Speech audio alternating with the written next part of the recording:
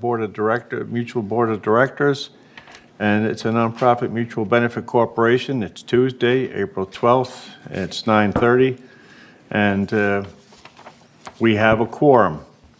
And I'd like to ask Director Lee to lead us in the pledge, please.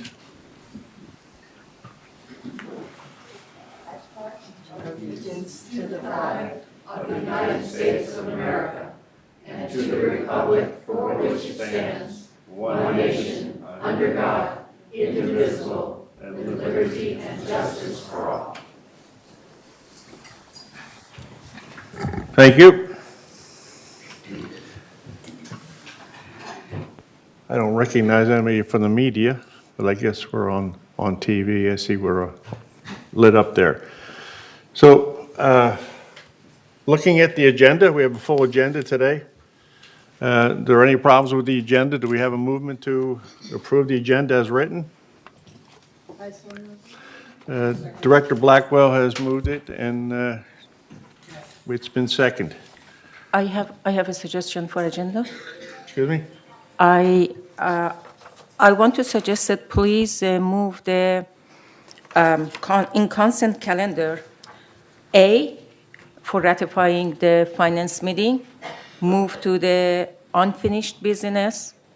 I have sent some requests, and because it was the audit time. Does she have her mic on? Yeah? Because it was the audit time, I haven't received the response yet, and so I cannot ratify that one at this moment. Agenda 11A, move from consent calendar to the unfinished business. So give that to me again, please.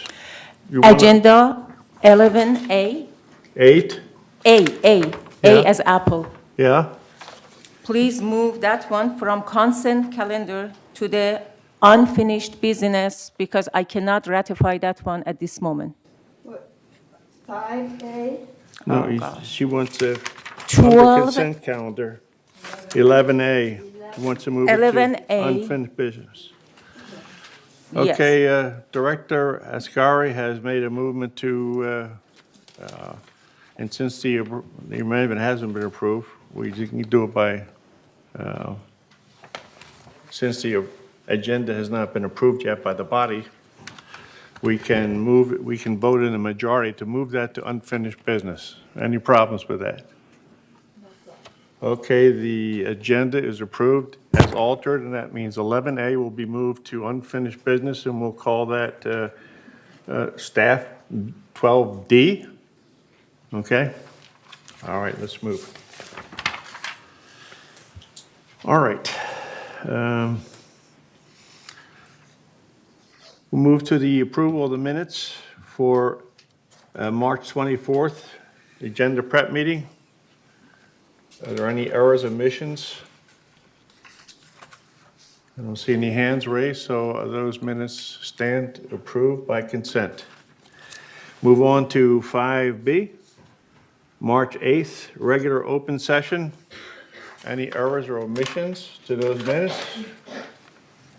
I see no hands raised, so those minutes are approved. Okay, report of the chair. The only thing I have to say, it's great to see everybody back here, and hopefully we'll move on with this. And I know it's going to be a long meeting today, so I don't want to get too wordy here. So is Director Rupert here to give us a VMS report? Yes, it looks like she just joined the meeting. I'm asking her to promote herself to panelist.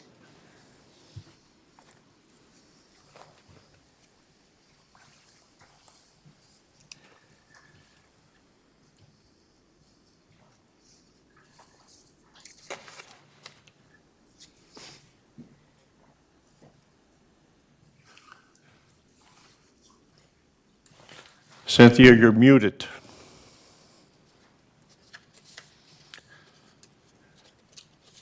Cynthia, we're ready for your report, VMS report, but you're muted.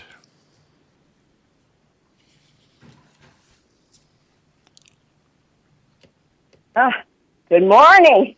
Had a little trouble there. Good morning, Chairman Livatore and honorable board members. I'm Director Cynthia Rupert from VMS, and I'm going to present the April 2022 VMS update to the United Board. Can we get the slideshow up, please?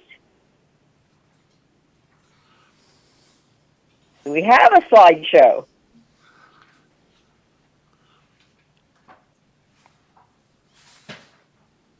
There, that helps a little bit. Okay, can we go to the very next slide, please?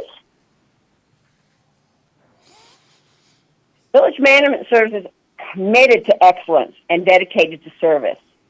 We are positive service and result-oriented outcomes are our goals, as well as enhancing customer service experience and the quality of life for all who live in the village. Next slide, please. On March 22nd, 2022, VMS conducted a strategic plan update meeting. The participants were representatives from VMS, GRF, and the mutual boards, United and Third, as well as department heads, with a specific emphasis on service delivery enhancement. Participants performed a SWOT analysis looking at strengths, weaknesses, opportunities, and threats, and how they may impact VMS and the village. In addition, we reviewed 3-year goals and established new 6-month action items. Next slide, please. The SWOT analysis revealed internal strengths such as strong management team organizational realignment that focused on service delivery and accountability, and the excellent new hiring we had in several departments. Furthermore, the SWOT analysis exposed internal weaknesses such as our outdated technology, the inability to fill all vacant positions and to retain employees, and then a third of the board's turnover every year, and that creates a lack of continuity. Next slide, please. Next, VMS set 6-month strategic objectives to attract, develop, and retain high-quality staff. And here's a sampling: to complete new interboard anti-harassment policy and implement the process to ensure that the workplace is harassment-free by June 1st, 2022. To complete cultural sensitivity training for 100% of our senior staff members and all new hires by July 1. And identify, implement at least one meaningful professional development opportunity per department where it's possible for current employees interested in advancing skills by July 1 also. Next slide, please. And our 3-year goals from 2022 to 2025, these are not really in any priority order, but attract, develop, and retain high-quality staff, to work with our boards to maintain fiscal stability and village longevity, provide excellent customer service, and facilitate operational excellence and sustainability. Next slide, please. As far as our department presentations, well, we have a new format. Future board member questions and performance indicators are our focus.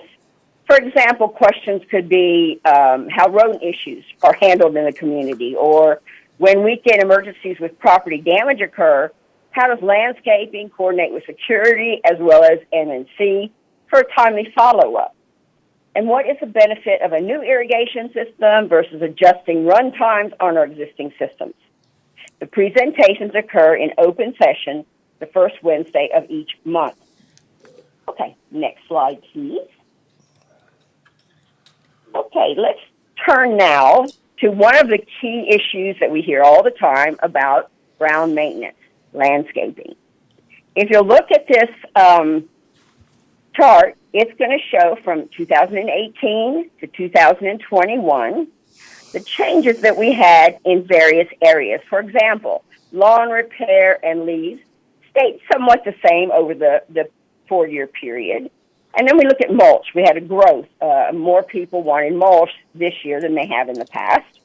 Weeds is kind of the same. Sidewalks cleaned down a little, but very great reduction in shrubs pruned, shrubs replaced, and shrubs treated. So we're really getting a handle on certain areas that have been a problem in the past. Okay, next slide, please.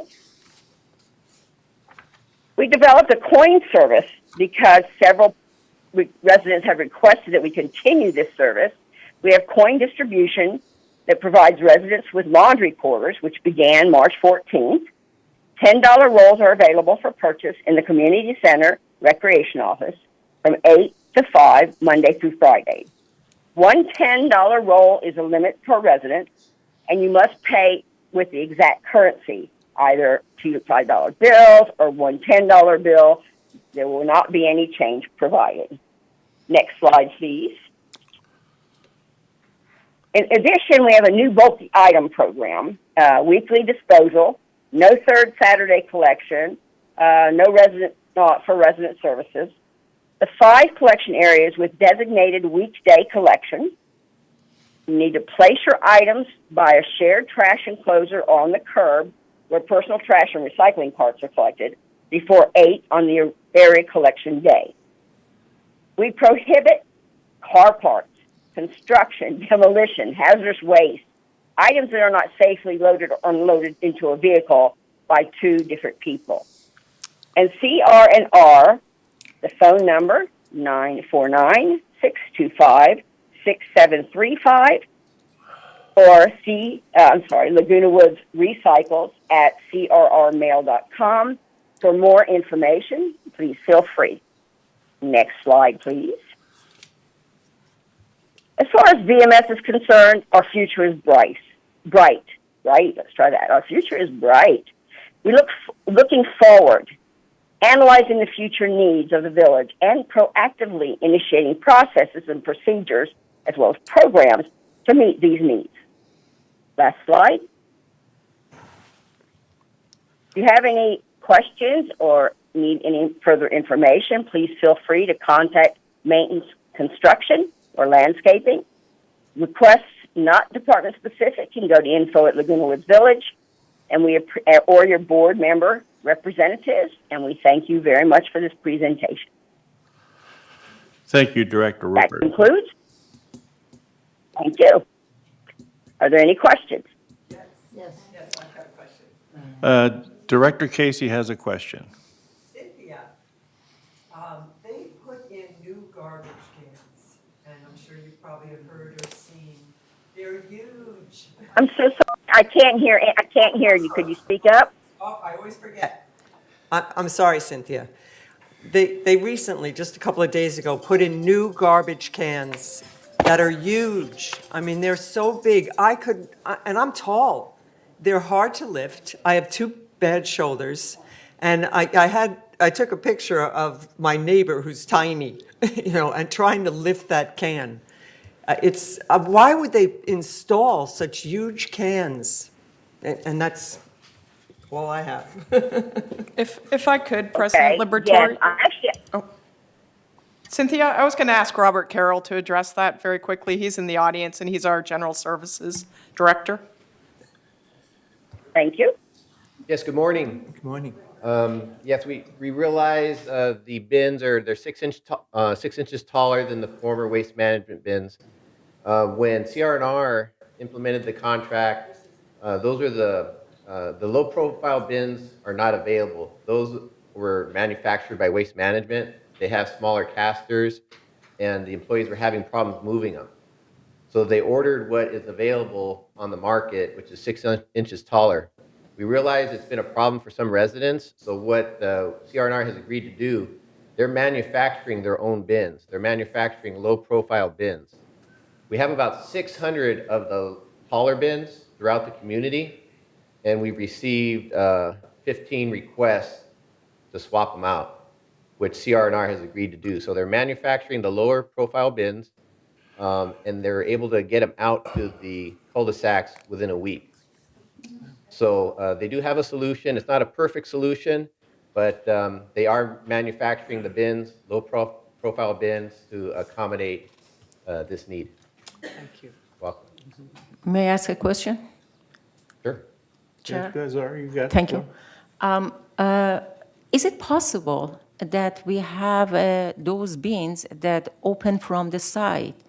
In my cul-de-sac, we have 3 people that they are with the wheelchair, and there is no way even their hands goes to the top, even be 6 inches less. I personally, from the last week, 3 times I email CRNR. I have never received any response. So because non-stop residents comes to my door and complain about that, I suggested if they wanted to bring a new one and spend money, is it possible you suggested one of those, I can send a picture that opens from the side. So they can be big, they can be all of them, but open from side, not from that heavy one on the top. Right, I'll have to check with the city to see if any of that's included in their agreement with CRNR. But we can definitely look into that and have a discussion with them. We meet with the city and CRNR on a weekly basis to discuss items such as this. And if you don't mind forwarding me the emails that you've sent to CRNR that have not been responded to, I'll make sure that you get an answer. Thank you so much. Thank you. You're welcome. Anybody, Director Lee? Yeah, on the same note, I also have several residents that were having problem communicating with CRNR. They were going through some problems. They have sent the emails many times, and sometimes to the Laguna City. They haven't gotten any response, so they came to me, and I have contacted Robert and have Robert handle that for me, and it has worked out every time. So I really appreciate it. And if you have problem communicating with CRNR, I think our best solution is to contact Robert. Director Ross? Yeah, on the same issue, I think you published, or Cynthia published the number to call if residents feel that the dumpsters need to be changed. So I could just read the phone number off so that the residents have it. It's 949-625-6735. That's CRNR. So if you don't like the way your dumpsters are too high, just call that number and they'll replace your dumpster with a lower dumpster. Is that right? That's exactly right. Okay, thank you. You're welcome. Director Lee? As I said, Lenny, it doesn't work. I have many people have called CRNR over and over, send the email many times. I think the best bet is to contact Robert. Because and I think for us, it's easier to get a response from Robert than CRNR. Maybe they're just swamped. But I have experienced many people that have going through a difficulty. Maybe it will get settled later on, but still, it's very difficult to contact and expect any response from CRNR sometimes. If I could respond to that. And you're absolutely correct. The first couple of months in the contract, we were having a lot of problems with response from CRNR. We spent a lot of time the last 3 weeks working with the city and CRNR in terms of improving their response times. If you call CRNR, they're supposed to be getting back to you within 90 minutes. And if you write to CRNR via email, within 24 hours. So if you're not getting that type of response, exactly, please reach out to me and we'll continue to work with them to make sure that you're getting that type of response. Thank you, Director. Do we have any more comments for this EMS report? Mr. Chair, thank you, another issue. I have a question for Cynthia. Cynthia, regarding to that 6 months plan, that strategy plan, is there any possibility we find how the satisfaction of the residents from customer service, the evaluation of that? Is it possible we kind of in 6 months we get it now, and in 6 months compare, is it better or not? Especially I am talking about those residents that walk into the resident service and talk to the people. Is there any possibility that be on the 6 months plan? Cynthia, this is Siobhan. I can address that. We Thank have you. started to do the resident services customer service survey. To date, we have responded or received over 900 responses. So anyone who submits a maintenance ticket will get a survey when the work is complete, and they can evaluate resident services performance, the maintenance performance, and there is an open-ended area where they can submit comments, and we follow up with every negative comment. Thank you. Thank you so much for. Director Cash, Aquacar. On another issue here, the sensitivity training should be not just for the staff, but for all employees, not just the management. I think that will be a better understanding between the employees and their managers. You're absolutely right, Director, and we rolled this out last summer, and most employees were trained last summer. We're trying to train new employees and an emphasis on managers presently. Thank you, Director Aquacar. Director Torn.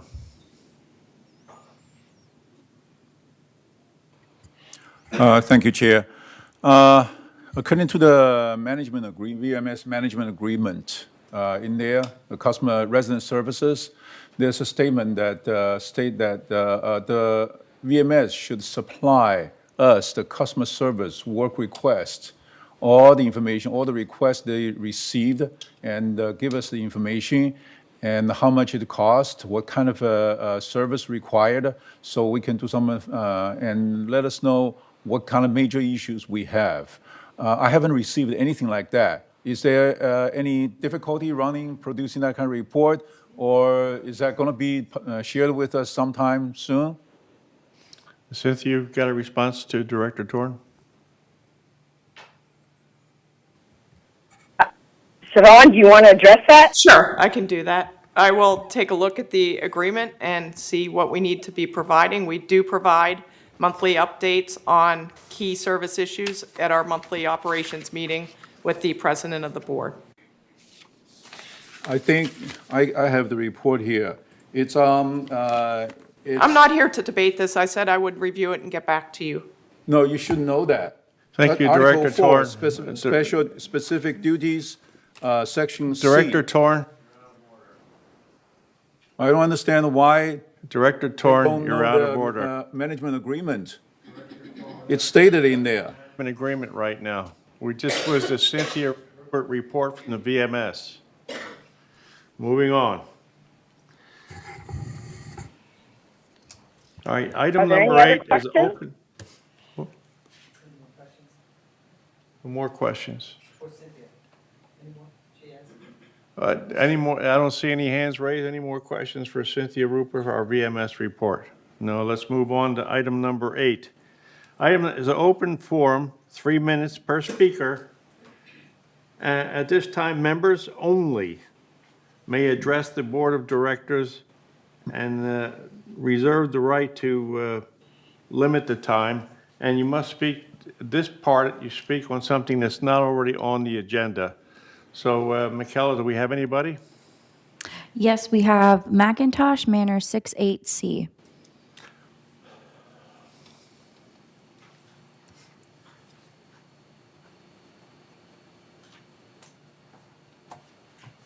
Good morning, neighbors, one and all. So happy to see you here. I want to comment, I was so glad at the GRF meeting last week. Lenny Ross brought up the trash receptacle problems that we're having. At one time, GRF was responsible for ordering them. I don't know who is today, but obviously, if GRF orders them, they need more oversight on it. While the manufacturing of new bins is going on, I hope they'll put in those rods that hold the lid up. Then you've got 2 free hands where you can possibly get your own trash in the bin. This month marks the 5-year mark on the planned saving of money on heating water in the laundry rooms. It was 5 years ago, April. that the board at that time, people seated on the board at that time, the majority voted, I believe it was $3.7 million to save money on a 10-year plan. And so we need a report. If we could have a report maybe at the next meeting on what money has been saved, what the cost is this turning out to be as good as the people at that time had hoped it would be? Very big investment, long period of time. So that would be wonderful if we could have the halfway mark and report on that. Thank you. I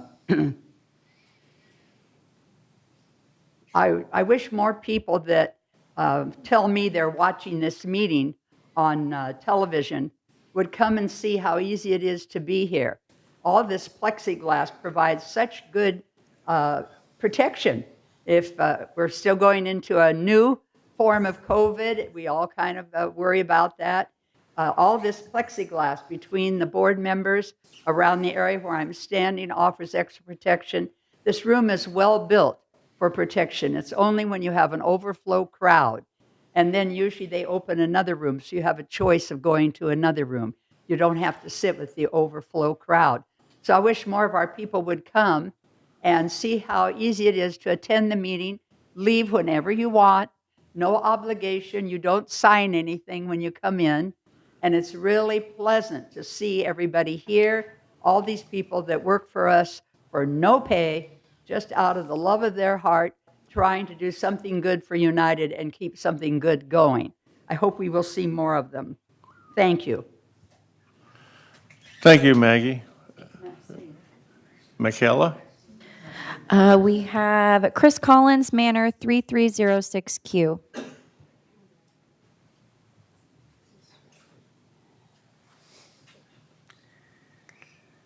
Good morning. I'm here to give you another update on the work of the Foundation of Laguna Woods Village, which we do on behalf of residents who are experiencing temporary financial crisis. And of course, our motto is Neighbors Helping Neighbors, so I'd like to share about the new fall prevention workshops and Optimal Aging series. Are you less steady on your feet? Are you unable to walk as far as you used to? Are you fearful of falling? You're not alone. The pandemic has made some older adults less active, and with that lessened activity comes physical deconditioning. But the loss of physical conditioning is reversible. So to address this problem, the Foundation of Laguna Woods Village is partnering with Social Services and UCI Irvine Division of Geriatrics to offer a series of fall prevention workshops for village residents on a first-come, first-served basis. There will be 2 series of these 5 workshops of the Fall Prevention Workshop. The first series will be offered on the 3rd Wednesday of every month starting on April 20th from 2 to 3:30 at Clubhouse 2. These workshops will cover such topics as home and community safety, where do people fall, medication and falls, bone and health, osteoporosis, and life changes to prevent falls. The sessions are free and will be conducted by the UCI staff under the direction of Dr. Lisa Gibbs at UCI. In addition to this, to help residents maximize their health, UCI and Social Services is partnering with a series of lectures, and it's called Optimal Aging Series. And these talks will be on the first Wednesday of the first 6 months, of the next 6 months, to be provided by UCI staff and faculty. Actually, the first one was last Wednesday. There will be another one coming up in May. So on May 4th at 2 to 3:30 p.m. in Clubhouse 2. Now, the first of these lectures was called, on mobility and stability, was called Keeping Your Feet on the Ground. And others will focus on reaching resiliency, brain health, medication, pitfalls, and advanced directives. So these initiatives are part of the Foundation's effort to help the entire community as it celebrates its 25th anniversary. It's the Foundation's way of saying thank you to the Foundation. We couldn't have reached this milestone without the support of the entire village. We also welcome your input. So if you have additional suggestions or how to build on these efforts, please contact the foundation at 949-268-2246 or the foundation at comline.com. For more information about the foundation and how we achieve our motto of neighbors helping neighbors, please go to our website, which is the foundation at lagunawoodsvillage.org. Thank you. Miguel, do we have anybody else? Yes, we have a couple more. We have Ann Beltran, Manor 854-0. Good morning to you all. I'm here on behalf of the concerned citizens of Laguna Woods Village. We're hosting an Earth Day program on April 21st from 1 to 4 p.m. That's a Thursday at Clubhouse 1. And we will have speakers there, including speakers, I think people will be happy to hear this, from CRR and the city. And their presentations will begin at about 1:30. There'll be 3 brief presentations besides CRR and the city. We'll have someone speaking on green energy and on water conservation.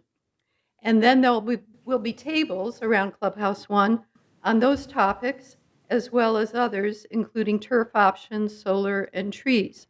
So we'd love to see a robust turnout from board members and residents, and to learn more about how we can respond to climate change in the village. And our theme is, there is a way. Thank you. Can you repeat that Thank you. time again? It's April 21st, Thursday, 1 to 4, Clubhouse 1, and we do have, flyers around all the clubhouses. What? Well, it'll be the big room because we'll have the speakers, and then we'll have tables. Yeah. Thank you for clarifying. Thank you. Michaela? Juanita Skillman, Manor 2154N. Good morning. It is so good to see all of your faces here today. But I'm here today to express my disappointment that I did not see your faces on March 30th. The first budget meeting of the year, which is such an important one, where they set out the service limits. They went over in detail the statistics of what they're doing, their staff, how their staff is arranged, who does what. There was so much information that gave a baseline for going forward with the 2023 budget that you all will be responsible for. There were 3 people in this room and 1 on Zoom, and that's it. The rest of you, your fiduciary duty was to have been there and know what that baseline was. So I am so disappointed, but very glad to see that you're back all today. And I hope this is what we'll see going forward. Thank you. Thank you. Can I respond to that one? Who? Mr. Chair? Ascari? Yes. Yes, go ahead, Director Ascari. Yes, thank you for bringing this issue, but being there and listening to that presentation is only one way. I personally worked that day, but right away at 3 o'clock I asked, and nicely staff sent the presentation to me, and I personally watched it twice. So coming here and you say that we are not doing our duties is a little bit too harsh for us. Please first ask, have we watched that one? Have we get information or not? Then you can bring this accusation. Thank you. Thank you, Director Ascari. Michaela, do we have anybody else? Yes, we have Richard Rader, Manor 270D. Good morning. I wonder if everybody is aware of the fact that a Zoom link is not available for this particular meeting, while Zoom link is available for other board meetings that are occurring this week. And I think a Zoom link has proven to be really important because it allows other residents who are not able to attend perhaps to ask questions directly of the board. So I have 2 questions for you. could you perhaps mention why this policy was instituted? And also, could you tell us, is it going to be a policy going forward? Or is it just for this particular time, for this meeting? Thank you, Mr. Rader. Michaela? There's one member email, so I'll read it right now. Let me get the timer started. It is from Catherine Miller Manor 36F. She said, as a mental health therapist, I realize the negative effects of feeling out of control. I would like to remind those few people in charge of making decisions that impact the residents of Laguna Woods that this is a community of older folks that feel the loss of control by the aging process. And to further that, by treating us like we have no say on something as vital as our health and property value is extremely damaging. Please remember we were and are intelligent, successful people that purchased a home here because of the beauty of the trees. If we wanted to live surrounded by cement and at the mercy of others' decisions, we would have purchased elsewhere. Thank you. And that is all. Thank you, Michaela. There's one more comment. I just forwarded it to you via email. I apologize. We have another comment? Yes. Who?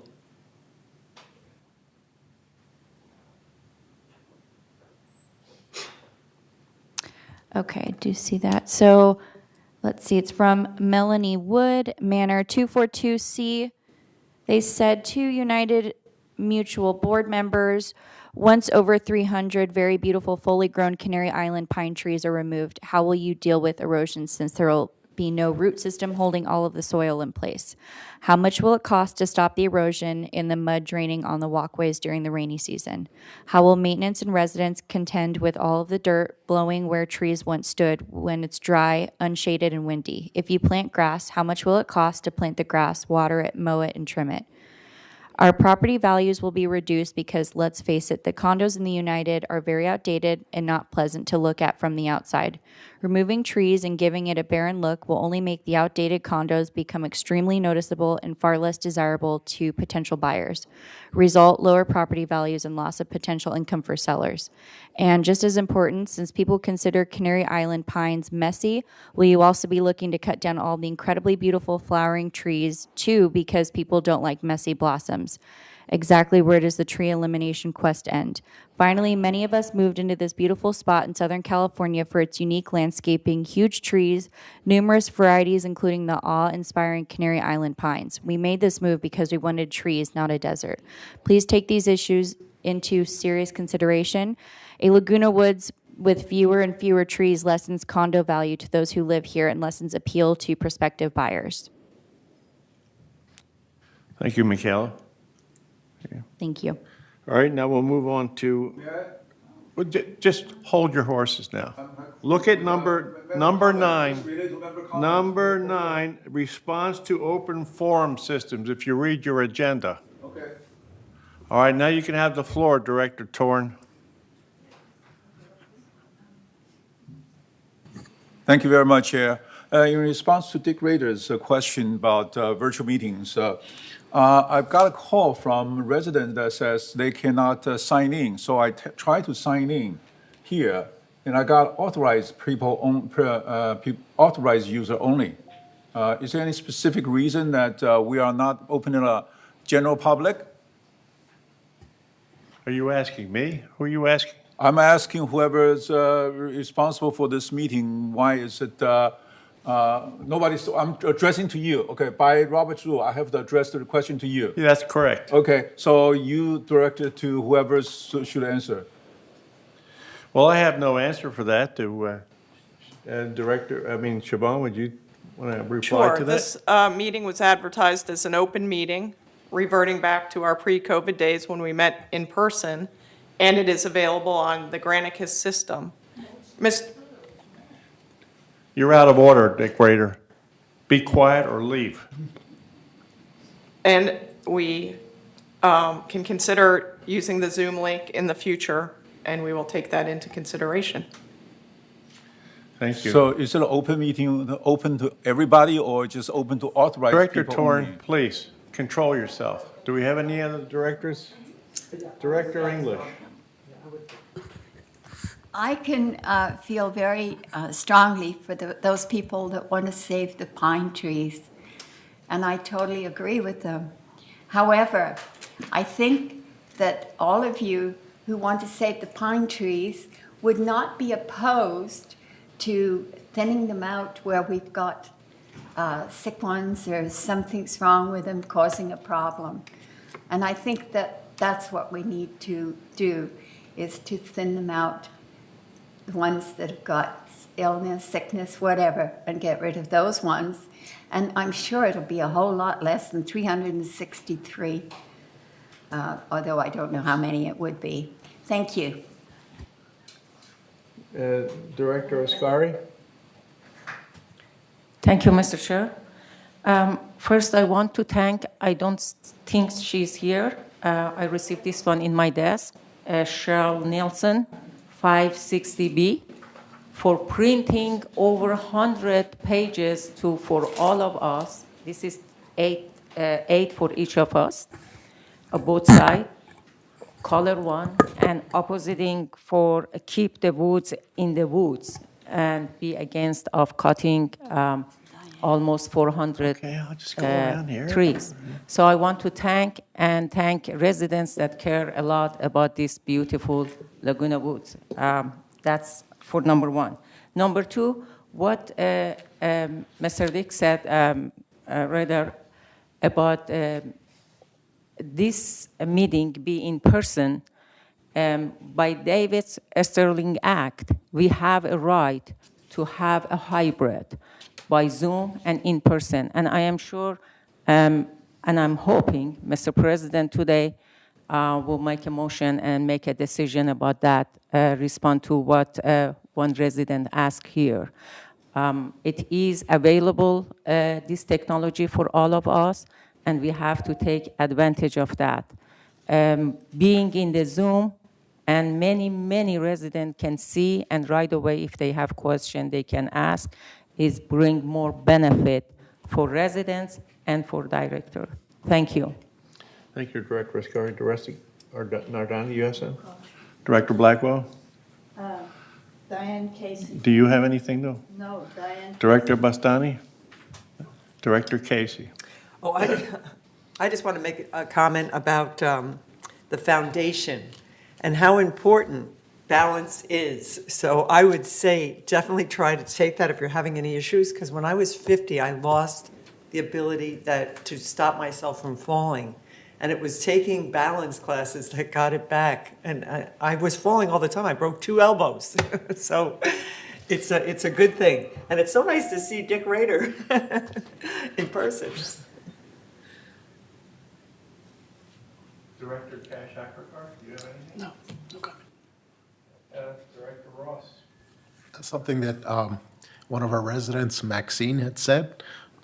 She brought up the idea that there was a 10-year savings report committed to 10 years ago, and she was wondering what the status was now. I suppose it was done about 5 years ago, and she was saying that there might be an update on where we stand. Now that we're going into budgets, I'd be interested in finding out more about that report and find out from staff what they know about it and could give us an update on that report.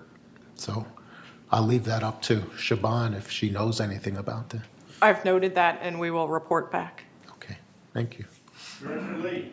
Yes, I just wanted to clarify, the workshop that was offered by Laguna Wood Foundation, by UCI Group, is it on May 4th at 2 o'clock? Yeah. At Clubhouse 2? Yes, that's Okay. the lecture series. There's 2 things.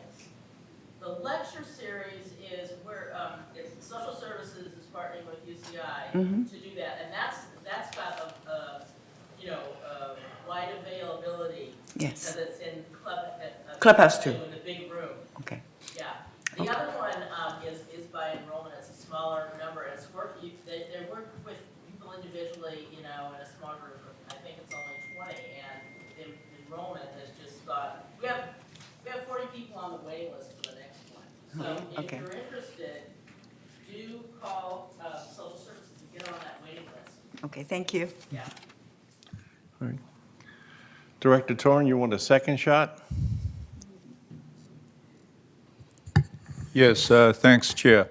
President, as far as tree cut is concerned, there is a reason that we need to, I'm speaking for the board and the VMS side, okay? There is a reason that we need to cut those trees. And some of the reasons, but there are gray areas in between, of course, okay? There are trees that we have to cut, like they're causing the foundation issues, like they are causing the street issues to buckle up the streets, so we have to do that, okay? And cones falling on the roof, breaking the roof, skylights, those are the reasons that we need to take them out. But I also heard reasons that actually it's Diane, the director Diane Casey told me that in the neighborhood there is an owl nesting on the tree, and they took it out. I was very surprised because as far as I remember, there is an arborist that they asked this question before, but they did say that there's arborists that will check the bird nest, making sure there's no damage to the bird nest, and the residents were very upset about that. Now, my question at this point is, in the gray area, why don't we put the sign, the yellow tape on the tree, put a sign on it, and ask them to either sign it or inform the VMS that we have a problem with this tree? I would assume most of the time, because it's coordinated effort, and I'm hoping that VMS doing an expert job making the decisions, it's not that bad. Usually it should be removed. But there are some special situations that these things need not to be need to be taken care of. So asking the residents' opinion. When residents wants to remove trees, they need to get consent from the neighbors. So when VMS want to remove trees, maybe we also need to get consent from the neighbors. Thank you very much. Thank you, Director Torn. Director Blackwell? Thank you. There will be a landscape meeting. When is it? Next week? The landscape meeting will be June 8th at 1. Oh, No. the committee met on March? April 24th. April 24th. Thank you. Oh, April, no, that's- yeah, yeah. yeah, April April 24th. 14th, I'm sorry. 14th. Okay, it will be this week, and you will hear much information at that time. The committee and the staff have been working on this issue since the last board meeting. I'm going to talk about it. Yes, so Diane will mention it at her report today. That is where you want to go for the information. That is where you will hear questions and considerations. Thank you. So thank- April 14th. Thank you, Director Blackwell. And now we'll move on to item number 10. No. Pat English? Yes, I just wanted to remark on Zoom or not having Zoom. It's so nice to see all of you and to actually see what you're saying and how you're interacting with one another. Zoom cuts all that out. I didn't even know who this lady was until I saw her the other day. Zoom cut it all out. And I think that this is a way better method of holding our meetings. Thank you. Thank you, Director English. And now move on to number 10, a CEO report. Siobhan, you have the floor. Thank you. I wanted to address Granicus one more time. We have verified that it is in fact playing live, so anybody can watch it on Granicus for today if they're not watching it on television. In terms of my CEO update, Honorable President, members of the board, I have 3 updates this morning and 1 introduction. On the screen before you is the schedule for the new bulky item pickup program that Director Rupert mentioned. I just want to let residents know how they can find out when their weekly pickup day is, and that is done by building number. On the screen in front of you is the schedule based on building number, and if you take a look at the screen, you can see if you're in building number 1 through 125, for example, your pickup day will be Tuesday, and so forth. This schedule is available on the website under the News tab if you need to refer to it to understand when your collection day is. Thank you, Michaela. I also want to invite our residents to celebrate spring at the Equestrian Center. Residents are encouraged to come on Saturday, April 16th from 9 a.m. to 11 a.m. Children and adults can enjoy egg hunts, a petting zoo, bounce house, and crafts, and an airbrush artist. Parking is available for the event in the lot off of Via Campo Verde. There will be shuttle service available from 8:45 to 11:15 a.m. Also, the 2022 Health and Wellness Expo is coming up. This is a free event that occurs on Saturday, April 23rd, starting at 10 a.m. at Clubhouse 5. I apologize. Again, that's Saturday, April 23rd, starting at 10 a.m. at Clubhouse 5. It features sponsor host booths, lectures, and much more. There will be complimentary food, fresh juice shots, sponsored giveaways, etc. Attendees who secure a passport and secure sponsor initials on that passport are also eligible for raffle prizes at this event. Most importantly, however, this morning I want to introduce our new Director of Security. Eric Nunez joined VMS yesterday as our new Director of Security. He replaces Carlos Rojas, who is now serving as Director of Operations in the CEO's office. Eric brings more than 30 years of public safety experience to the village. He has served as the police chief in Los Alamitos for the last 6 years and as police chief in La Palma for 6 years. He is familiar with the public safety expectations centered around quality of life issues, such as traffic safety, code enforcement, neighborhood disputes, and social services. During his time in Los Alamitos, Eric built a level of trust with the Orange County Sheriff's Department that will serve him well in this role. In La Palma, Eric served as the Emergency Services Coordinator and worked with the Community Engagement Response Team that is active during emergencies. Eric holds a BS in Public Administration from the University of La Verne, an Executive Master of Leadership from USC. He teaches criminal justice at Cal State Long Beach and is the past president of the California Police Chiefs Association, as well as the Orange County Police Chiefs and Sheriff Association. I want to ask you to please welcome me in having Eric join the village as our Director of Security. And I'd like to invite Eric up to say just a few words.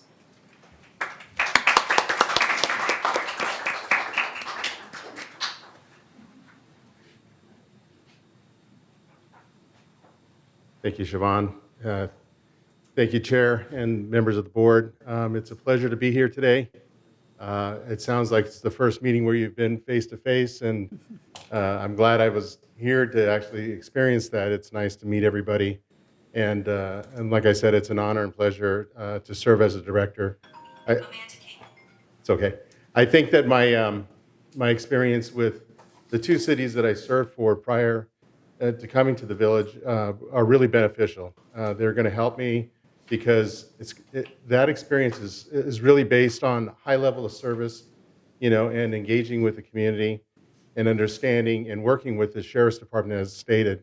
All of those things are positives, and all those things are foundational for me to be able to build upon to provide service, leadership, and I look forward to this is my second day. So the first day was real fast, as you can imagine, but I'm just really grateful for the chance to meet you, and grateful for the job, Siobhan, and I look forward to serving you. Thank you. Thank you, Eric. And that concludes my presentation. Oh. Thank you, Siobhan. And now we're going to move on to Director Torn. Yes. Matt? Yes, you have the floor. Is it possible that maybe I can talk privately to the security chief about some opinions? Because I think our security here, the reason we are called security here, not police here, is because we want our security department to be service and help our residents rather than enforcement. We've already got a police to enforce rules, and we have a lot of additional rules that are kind of crazy. For example, I park in the wrong direction on the side of the street. Everybody's going this way. I park the other way, and I got a citation. And I don't understand why, because it never happens in outside world. It only happens within. So there are quite a few things in the city that we can try to help rather than giving give citations to the residents. So is it possible that I talk to, or do I need to Director go through Torn, you? you can talk to security anytime, but I don't think we should tie up the board on this Okay, I personal will. issue. Thank you very much. Okay, I will. Item number 11, a consent calendar.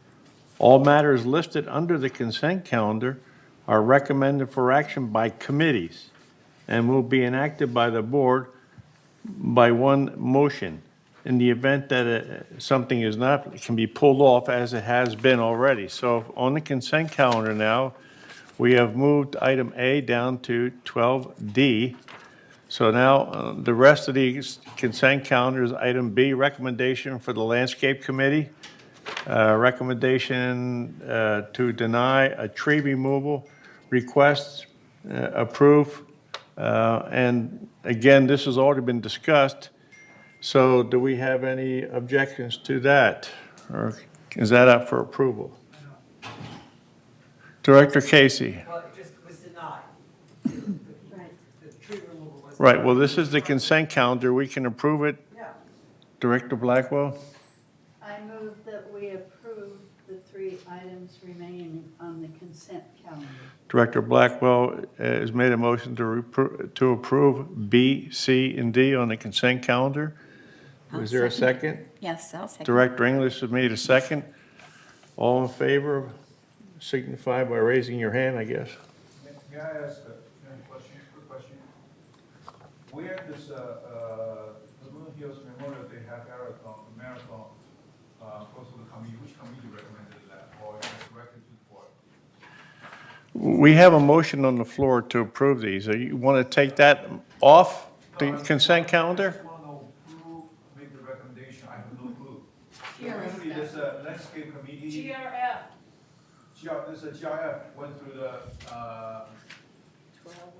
There's a motion on the floor, and it's been seconded to approve B, C, and D. Now, you voting for it or against it? we have discussion on that. Yeah. It's the consent calendar. Do you want to pull it off? So consent calendar, no discussion. Well, you can pull it off. Director Ascari pulled something off. Never mind. So all in favor of the motion, signify by raising your hand. Michaela, can you count for me, please? All those opposed? It passed. It passes. Thank you very much. Unfinished business. Okay, on 12A is update committee assignments. Do we have any observations or talks about that?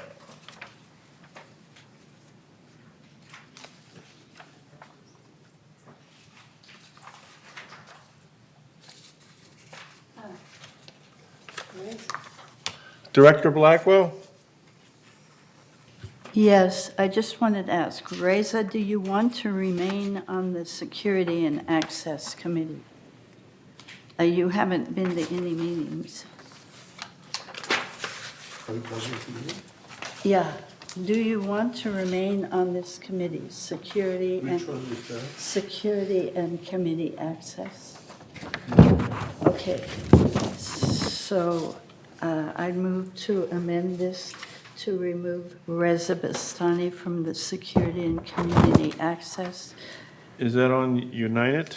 That is on, it's on GRF. It's 12A 4 of 4.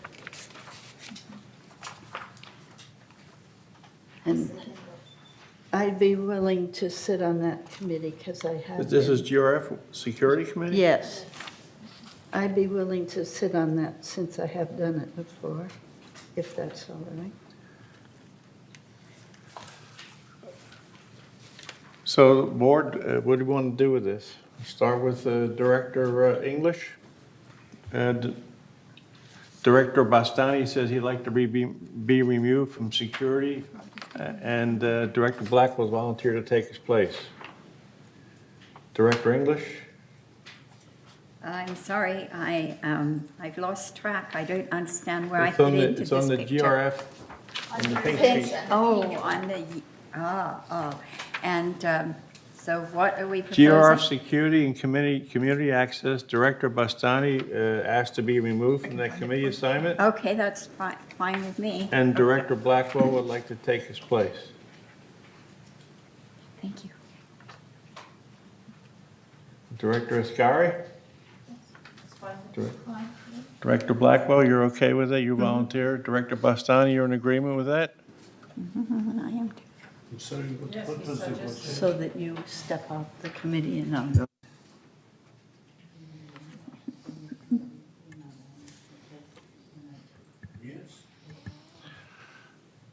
Director Casey, are you in agreement with that? Yes. Director Cash Akwakar? I do have a question on, Well, let's insur- get this one thing done first. Okay. Removal of Bastani and replacing Blackwell. Are you in favor of that or no? Yeah. Director Ross, Director Lee, Director Torn? I have no problem with that, but I. Okay. So we have an approval of that for staff on the GRF Security and Vehicles Committee, Director Bastani, Security and Community Access, Director Bastani is off and Blackwell will take his name. You got that? Yes. Do you know who seconded the motion? Pat English. I did. Okay. Thank you.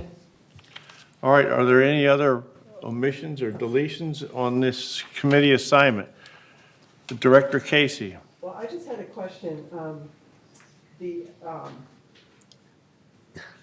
The Purchasing Ad Hoc Committee, it seemed like when I got a message about it, there was a conflict, like I'm on another committee or something.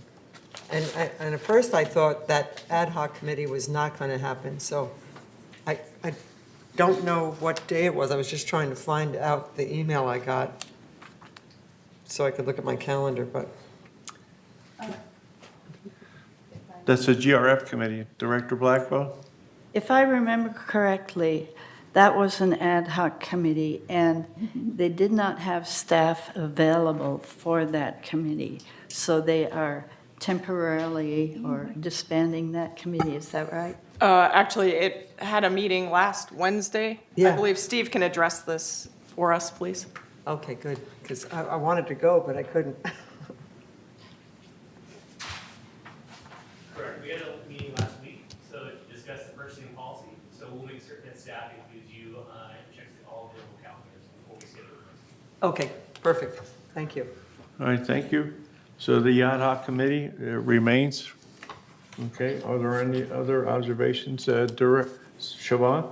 I do want to mention that the website ad hoc committee, the last one on the GRF list, I don't know if you want to appoint anyone to that.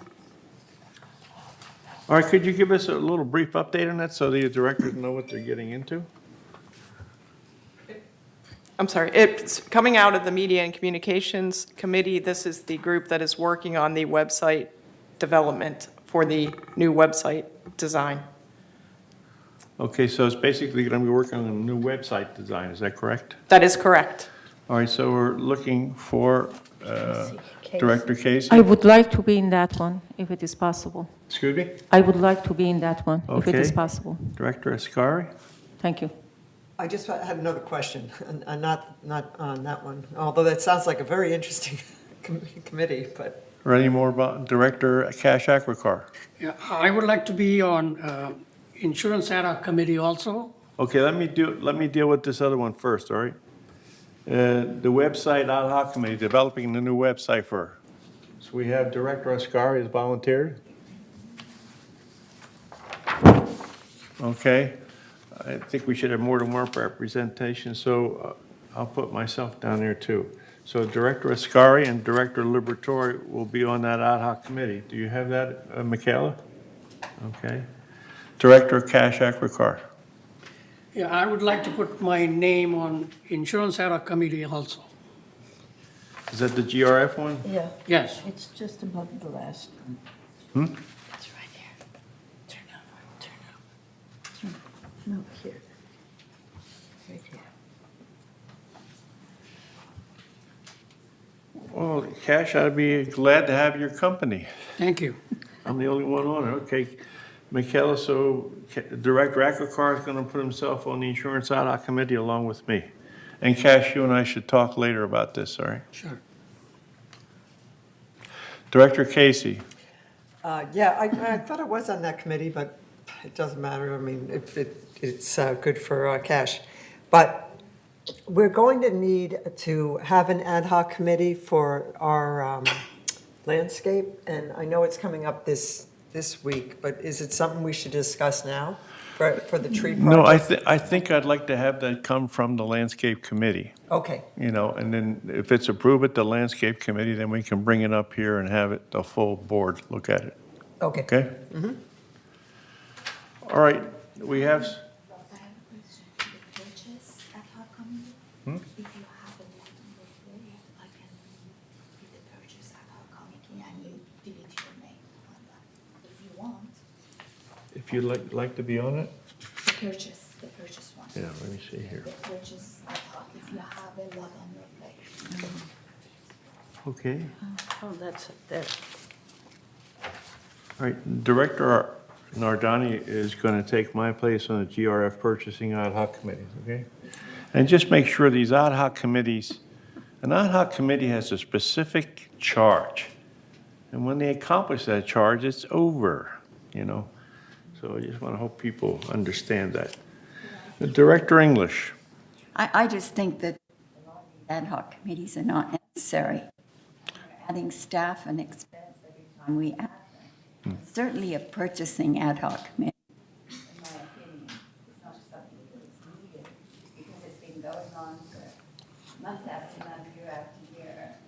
And, Yes, Director English, it may have a thing there, but this is GRF, and maybe we should bring that up with them. I mean, and now, Michaela, this is going to be complicated because we're going to have to have this approved with the changes. We can read them, or are we all agreed to the changes? Director Ross. I'd like to add my name onto the Insurance Ad Hoc Committee as well. Well, there'll be three of us. Yeah, and I'm supposed to be on the United Landscape Committee. It's not showing my name. You were an alternate. It doesn't show my name at all. No, it doesn't show his name at all. Okay. Landscape? Wait a minute, I'm on the wrong page. No, I think Pearl Lee dropped out of the landscape committee, and Lenny is supposed to be on it. So you All right. can take my phone. So, Director Lee, you're off landscape, right? Right. And Ross is Director Yes, Ross going to yes. take your place. Michaela, did you get that? Okay, are there any other changes? Director Lee? Hi, I'd like to be on the website ad hoc committee if there's a room. Oh, the GRF website? GRF, yeah.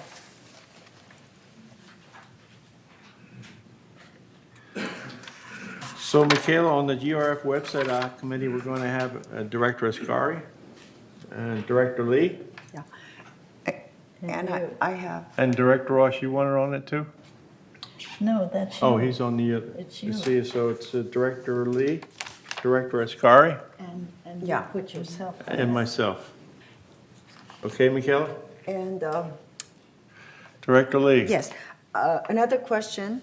If you need another director on Maintenance and Construction Committee of United Mutual, I would like to be considered. But if there's no room, then that will be okay. That will be fine. Which one? Maintenance and Construction, United. Because at one point, I was told that they need, Well, do you want to serve on that committee? yes, if I could. Okay, you can put that on there, so Michaela, drop me off and put Director Lee on the Maintenance and Construction Committee. Three. We can only have two if they're GRF. Right. No. No, this is our, you're talking about the United Committee, right, Director Lee? Yes, yes. Okay, no, we're good. Are there any other Yeah, deletions and if or there's no omissions? room, then I would be happy to be an advisor. So, okay. So, Michaela, did you get all this? Yes, I did. Okay. So we move on now, Board? Can we accept the committee assignments as discussed? Anthony, there is a correction for the advisors to the United Landscape Committee. Yeah. The advisors are Annie Zipkin and, I never approved that. I have an issue with that. okay, then I will What's withdraw the- my comment. Okay. And as far as the advisors go, I'd like to give that authority to the chair. So who are the advisors now on it? Just withdraw my comment. Thank you. Yeah, Okay. for right now. All right, so if there are no more comments, we'll approve the assignments as written down. Okay? Thank you very much. Let's move on. Lost my position here now. Okay, now on item 12B, discuss and consider Globe subscription. Mr. Chair, should we vote on that? The motion is on the table. Well, I asked We if there didn't was vote. any objections. Oh, okay. Thank you. No objections? No. Then Thank it's approved by unanimous consent unless you want to object. Okay. So item B, discuss and consider Globe subscription for United board members. Well, let's discuss that. Or do we want to make a motion on that, or do we want to discuss it? Yes, I would like to make a motion. Director Ascar, you're going to make a motion? Yes, I Ms. would like to Haverford? make a motion that all directors, while they are volunteering, they receive the glue. So you, so, I second. okay, so Director Ascar has made a motion for all the directors to receive copies of the Globe, and it's been seconded by Director Nardani. And can I give the background? Because I make the motion, I read the background, why. Sure, you're saying. yeah, go ahead. Staff recommends, it is in page 102, you can see. Staff recommends the Finance Committee approve the purchase of a Globe subscription for each requesting United board member at the rate of $25 per annual subscription. It's just $25 for the whole year. The background is the OC Register publishes a monthly newspaper titled The Globe, reporting on news local to Laguna Woods. Discussion, board members expressed interest in being provided a subscription to the Globe for the purpose of staying aware of current Laguna Woods events and services offering. I will add, and all concern of the residents. The financial analysis of this, effective February 13, 2022, the cost of the annual subscription increased to $25. If all 11 United board members elect to subscribe the publication, the expenditures will amount to a total of $275. And the reason is, I think this is educational for all of the board members. It should be received, and also is optional. If somebody doesn't want it, they don't need it to get it. But if they want to get, they have. For example, we all received this one. It is a paid, because it's essential for us to have this kind of publication, including this Globe. Thank you. Thank you, Director Ascar. Very good presentation. So it's been moved and seconded. Now it's time for discussion. Director Blackwell. I'm a little bit puzzled by this. I've had a subscription to the Globe since I moved here. I don't find $25 a year odious. I find it embarrassing to ask the members to do that, and that's all. I mean, $25 a year. I am embarrassed. It's good news. It's not always official news, see? So it isn't put out by the association. It's not put out by us. It's put out by the Orange County Register. So it is separate newspaper. It is not our newspaper, but they do our news. I just always felt responsible enough to pay the $25 myself. Thank you. Thank you, Director Blackwell. Director Casey. Yeah, I think it's a great idea. I mean, I don't have it, and maybe I would look at it. Maybe I would read it. Maybe I'd see what the sales are and what the complaints are, what the editorial things are. I have never had a subscription. My husband had it, which stopped in 2016, so I'm all for it. We have any other discussion? Director Torn. Yes, I'm glad this issue finally surfaced. I think there's a lot of pertinent, important information in there that will provide board members to understand their letter to editors, a lot of information in there. There's a lot of reports on the outstanding issues, and from residents' point of view, from a journalist's point of view, what's happening in the village. It's not just board feeling, it's somebody else's point of view. So it's very important for us to have that. I subscribe it every year, and I think it should be provided to, because this is we do volunteer work. It's just $25. If somebody said, like Director Blackwell doesn't want to take advantage of that, then it's $250. So it's really not that much expense to us, but it enhanced the understanding and communication between the board members and the residents. Thank you very much. Thank you, Director Torn. And once again, you direct your comments to the chair and not mention another board of director by name. Thank you. Director Ross. Yeah, I think if we tallied, most of the board members, I think most of us already have subscriptions and would opt out of that and wouldn't need the help from our community to pay for that. And I have a subscription for it, and therefore I would opt out on it. And I would think most of our board members already have subscriptions. But in case of those who don't, I think it's a valuable source of information, and I would vote for it just for them. Thank you. Thank you, Director Ross. Director Akrakar. As a member of the community, it's our responsibility to know what the community is. And I have the subscription from day one when I joined.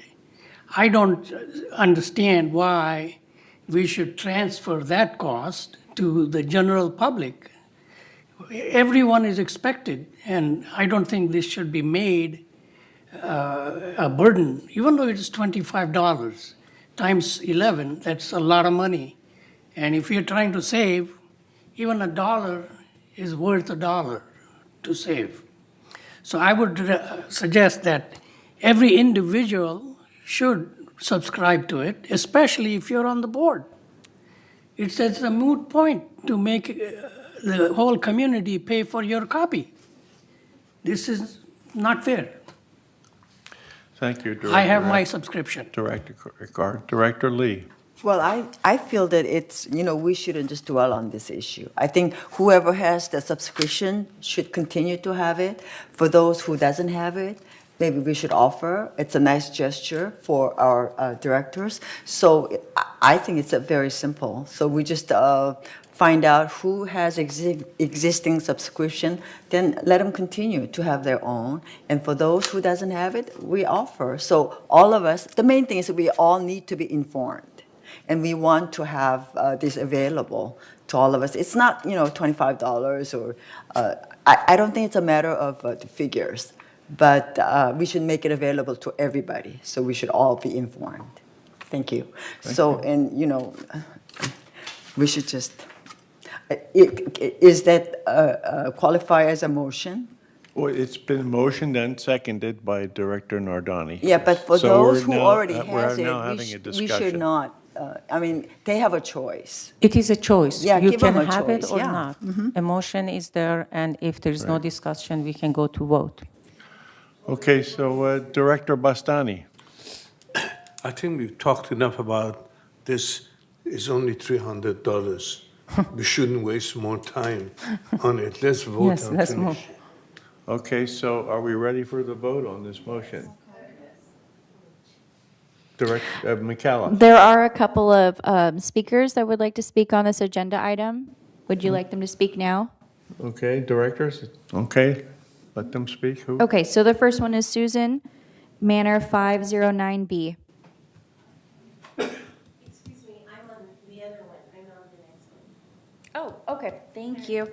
All right, so then we have Richard Rader, Manor 270D. Mr. Rader.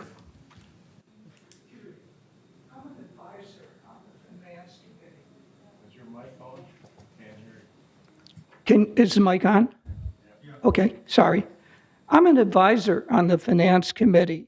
To my knowledge, this did not come up during the Finance Committee meeting. It was. It passed. Well, I was there and I didn't hear it. But anyway, staff recommends. Yes. It's not the staff recommending, it's the board, isn't it? But anyway, to move on, I'm embarrassed by this proposal. I'm embarrassed for the board.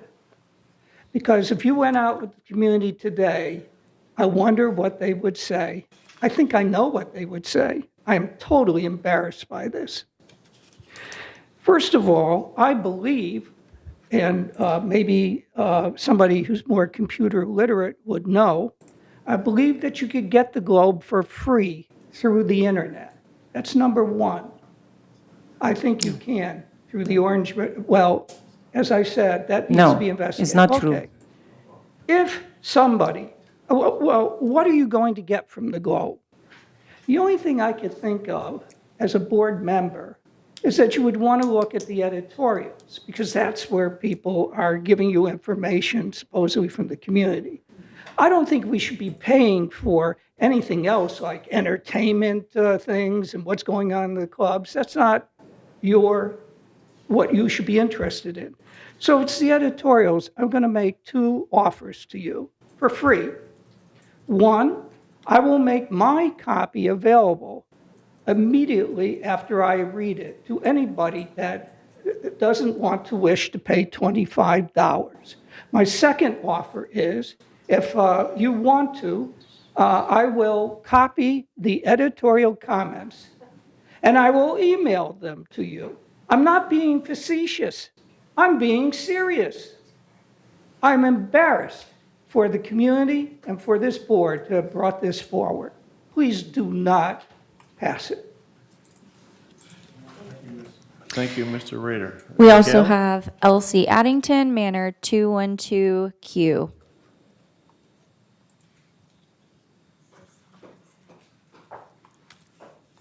Thank you. I think it's 2121Q, but that's okay. Thank you. No problem. I basically echo everything Dick says. If anybody's, this is not directly business related. It's interesting to read the Globe, but there's most of the Globe does not relate to your business. In fact, hardly any of it relates to your business. And I also can make my Globe available, although I share it with somebody else, but I'll be glad to make it available to some. This is a personal expense, and I don't care if it's $300. I don't care if it's $200. It's our money, and it's a personal expense, and it's extra work for staff. So I absolutely, and if you want to read it, subscribe to it. Go to the library. Or go to the library and get a copy there. Thank you. Michaela? That is all for this agenda item. Okay, thank you. Director Casey? I mean, I don't care if you pass it or not, but I don't get it, and I'm not going to get it. So if I get it from the board, fine. I had to steal Andre's next door to read those comments, that the editors' comments and things like that. I'm just not going to buy it. So it's up to you. You want me to read it? Pass it. If you don't, forget it. Director Blackwell? Director Blackwell? Thank you. The editors do not make comments. Those are letters to the editors by individual residents.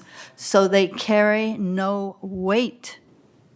They're informative if you want to read all the different opinions about all kinds of things.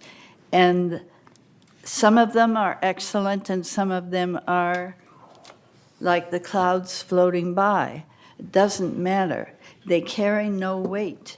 Any resident can come here and sit right here and speak to us directly. They don't need to write to the Globe, but they do write to the Globe. So it is letters to the editor. Michaela has something. Yes, I'm so sorry. There is actually one more speaker, if that's okay with you guys. It's Maxine McIntosh, Manor 68C.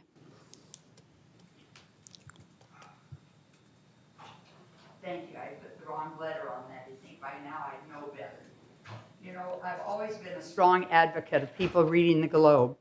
My husband and I have subscribed for 25 years, and the year before we moved here, he bought me a mail-in subscription that was sent to us every month while we waited for him to turn 55 so we could move down here.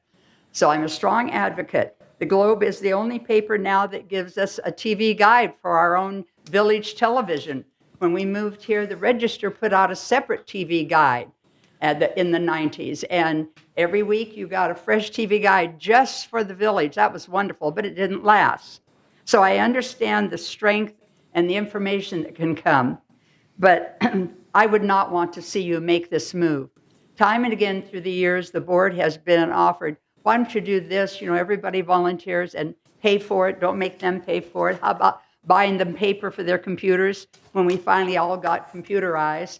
But every time, the times I was on the board and other times, the board turned it down. The board wanted to stay really untainted about expecting any kind of pay. The one thing that's always been a part of the board life and should continue is the lunch. Only on this day, the day of the board meeting, so that the board can choose the time best to take a break for lunch and not all go off in different directions. Then you wait for everybody to come back. You know how that goes. Not everybody gets back at the same time. Somebody falls asleep. So that was seen as an investment in good board operation. But please, just continue the way you are. If you want the Globe, subscribe to it. If you don't, that's up to you. But please don't ask the community to pay. It's a little thing, but it's beginning to be a crack in that very strong front the board has maintained all these years of not expecting pay, of doing this strictly as a volunteer business. Thank you. Thank you, Maxine. Can we answer, and then the amount is not Director that Ascari? much? Yes, thank You you, have the floor. Mr. Chair. The amount is, as Director Bastani said, is not that much. I just respond to some of you that you said. The amount of the snack in one day of here is more than the whole year of 275. I'm not talking about the lunch, I'm talking about the snacks. So in that case, is informative, as the Director Blackwell says, is what people riding there. We are not saying is right or wrong, we're not equating, but we have to be aware. Exactly like when people coming here and they gave opinion, we might be right, we might be agree with them, we might not be agree with them. It's just information that we believe, I believe, that director must know, and we are volunteer, and this must be really available. I don't know why we should even talk about. Mr. Chair, if you agree, we just go to the vote. If it is no, is no. If it is yes, it's not worth it for 11 people talk about $200 this much. We have more stuff in this agenda. Thank you, Director Ascari. So Yes, if we're we'll ready call, for the, call the order, just go if to we the take, vote. we're ready Yes. for the vote? Yes. What Okay. is the motion? Director The Lee? motion is just, we get for $25 for those director that they want. If you are subscribed and you don't want it, you don't need it, for example, maybe 2 or 3 only be available. Whatever they want, it is not mandatory that they're gonna buy for everyone. If you are subscribed, you don't need it, and when you need it, is available, and that's all. And Mr. Chair, could you please go for the vote? And we have more agenda. Thank you, Director Ascari. We will put this now to the vote. We're ready for the vote. So all in favor, the motion has been made and it's been seconded by Director Yes. Ardani. All in favor, please signify by raising your hand. Favor? Yeah, all in favor, raise your hand, please. Okay. Michaela, you have the count? Yes, give me 1 second, everyone, if you could keep your hands up. Thank you. 1, 2, 3, 4, 5, 6, yes. Okay. Yes, it did pass. So we have 5 negative votes. Everybody who's against it, raise your hand, please, so make sure we get a good, clean count. I don't need complaints. You got that, Michaela? May I point out that the resolution and the board report are incorrect? You're You didn't. Out of order, sit down.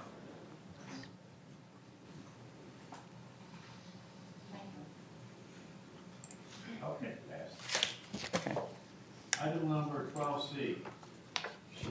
12C now, recommendation to approve the request for a supplemental appropriation in the amount of $184,760 to fund a portion of the proposed Canary Pine Tree Grove reduction project to include consultant cost to further study the project before moving forward.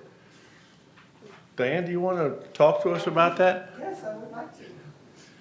It's kind of worded wrong, I think.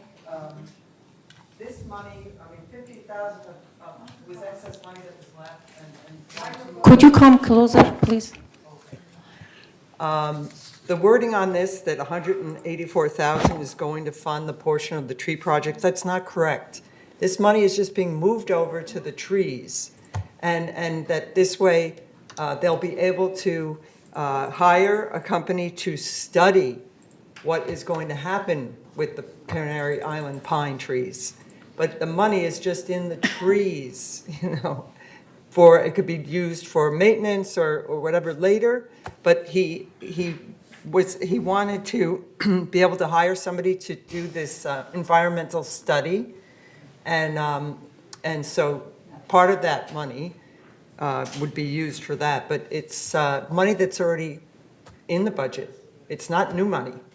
This is just money that's in the budget. And Siobhan wants to talk about it? I was going to ask Kurt to come up very Oh, quickly good. and give a Kurt. summary. Sure. Thank you. Thank you.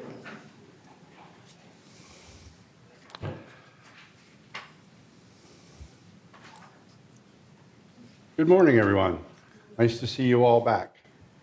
This supplemental appropriation, as Diane alluded to, is money left over from last year. Last year, we went 3 months without tree trimming.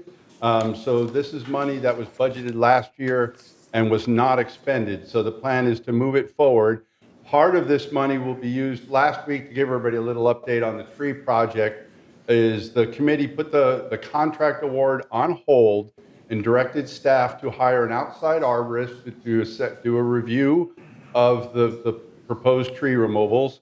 Also to hire an environmental company to do an environmental review due to all the residents' concerns about the environmental impact. There are no funds available in our current 2022 budget to pay for those items. So the plan was to move this money from last year to this year.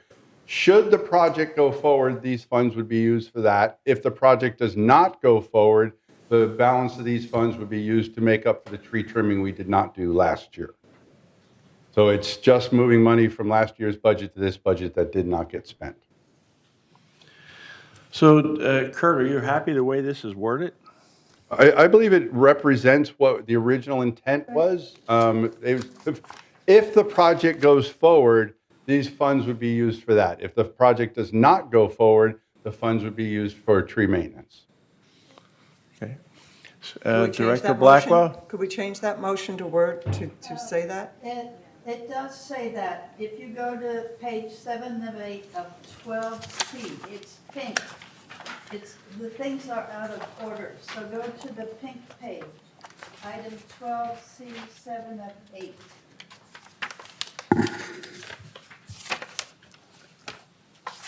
It's 0122XX, attachment 2, it says.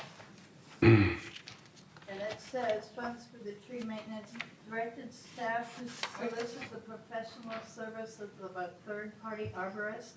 Director Blackwell, can you turn on your microphone? Oh, yes. Thank you. Thank you. It's 122XX supplemental appropriation for professional services, going to the second paragraph. United Landscape Committee directed staff to solicit the professional services of a third-party arborist and an environmental specialist to review the proposed Canary Island pine tree removal project in fiscal year 2022. This appropriation, of course, is from the leftovers, so it's not a new budget item. So I move this item. Okay, So that Director Blackwell has moved this resolution, 0122XX. Yeah, well, she's moved it now. Do we have a second? Director Ross, second. Director Nordani, you have the floor. Thank you. Sorry, Chair, I have a question. This month, the 184, that is the extra money, but anyhow, you guys didn't do the tree trimming, and you should use it for tree trimming. I mean, is that, I know that is extra, but anyhow, you didn't do something. That is correct. That is the, when this Canary Island project was first proposed last year, the plan was to not impact the budget of United, was to use funds already allocated for trees to move forward with the project. So the project is currently on hold. So the plan is, should the project go forward, the funds would come out of the same bucket that the plan originally was from the committee, from the landscape committee. That makes sense? This project has been in the works for several years. And the plan was, like I just said, was to not impact the current tree budget, not to impact your budget any further. It was to be used from existing budgeted funds. So these are budgeted funds from last year. So if the project had gone forward last year, it would have come out of these funds last year. If it went forward this year, it would come out of this year's funds. So all we're doing is moving money from last year's tree maintenance budget to this year's tree maintenance budget. But do you have the code or something from the environmental specialists and these peoples that they want to do and do the investigation? Do you have a code for it? A quote? How much No, they want we to are charge not. us? We are not permitted. Our purchasing rules, we're not permitted to advertise a project until we have the funds available to pay for that project. So I can't advertise for a project I don't have the funds for. So once we get the supplemental appropriation, I can therefore advertise for bids. Okay, thank you. Director Doctor, yes, thank you.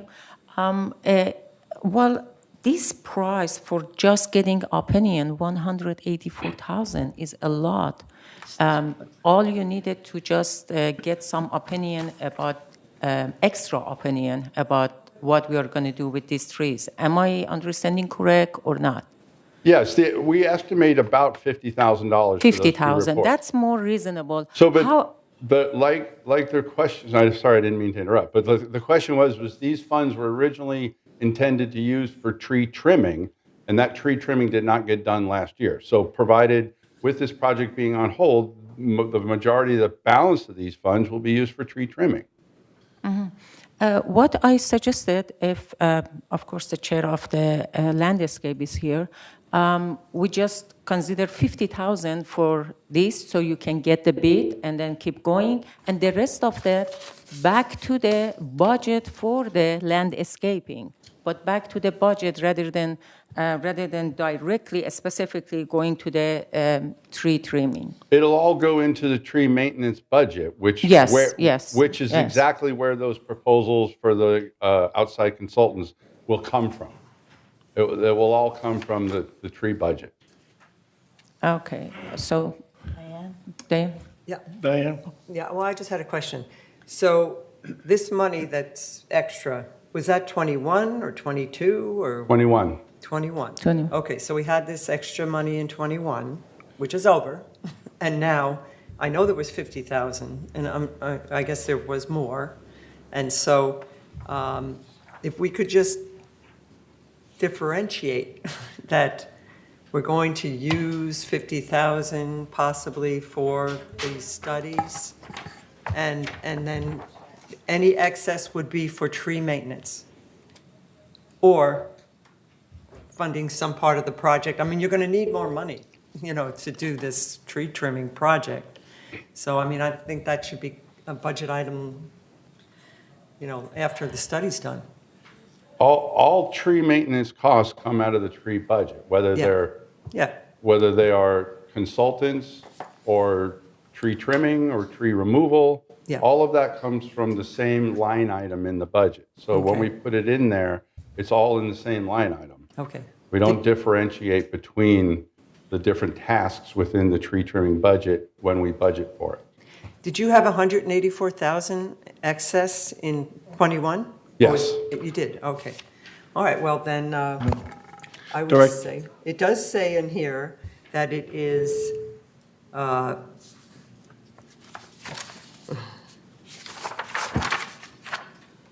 to fund a portion of the proposed Canary Island pine tree reduction project. So that portion is to have these consultants right now, right? Yes. And then the rest is part of the tree maintenance. All right. Director Bastani. I have a question. We want to spend $184,000. What do we expect to get from this professional service? With respect of where the money comes from, to tell us remove the tree or not? What do we expect to get? What the committee has directed staff to do, the proposed Canary Island Pine Tree project was put together by in-house arborists. So the committee would like us to get an outside arborist, sort of an unbiased opinion, to look at the trees to make sure that our evaluations are valid. And then the second one would be to hire an environmental specialist to look at the environmental impact of removing the trees. What was your evaluation so far? To Of the- remove? We originally identified, based upon the criteria given to us by the board and the landscape committee, we originally identified 393 trees. At last month's landscape committee, that tree count was cut down to 293 trees. So we will be evaluating those 293 trees left on the list. Yeah, but what I'm not clear still is that giving this money to a professional people to tell us what, remove the tree or not remove? Yes, that is correct. That's okay, thank you. Thank you, Director Bastani. Director Blackwell. Thank you. This came out of the meetings that we had with landscape and all of the speeches that we had at our last board meeting. Those people wanted an environmentalist report. They wanted an outside arborist.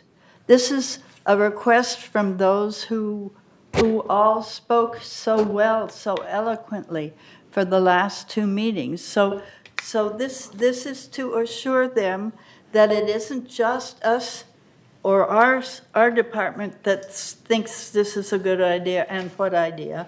And so it is to put a neutral group give an opinion on it, not our staff and not our board.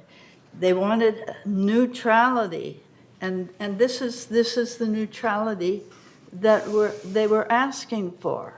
So if we don't approve this, then they will feel that neutrality has not been heard from.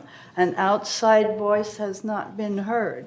So I would suggest that for the satisfaction of the numerous well-spoken people, that we do approve this to get the neutrality. Thank you. Thank you. Director Torn.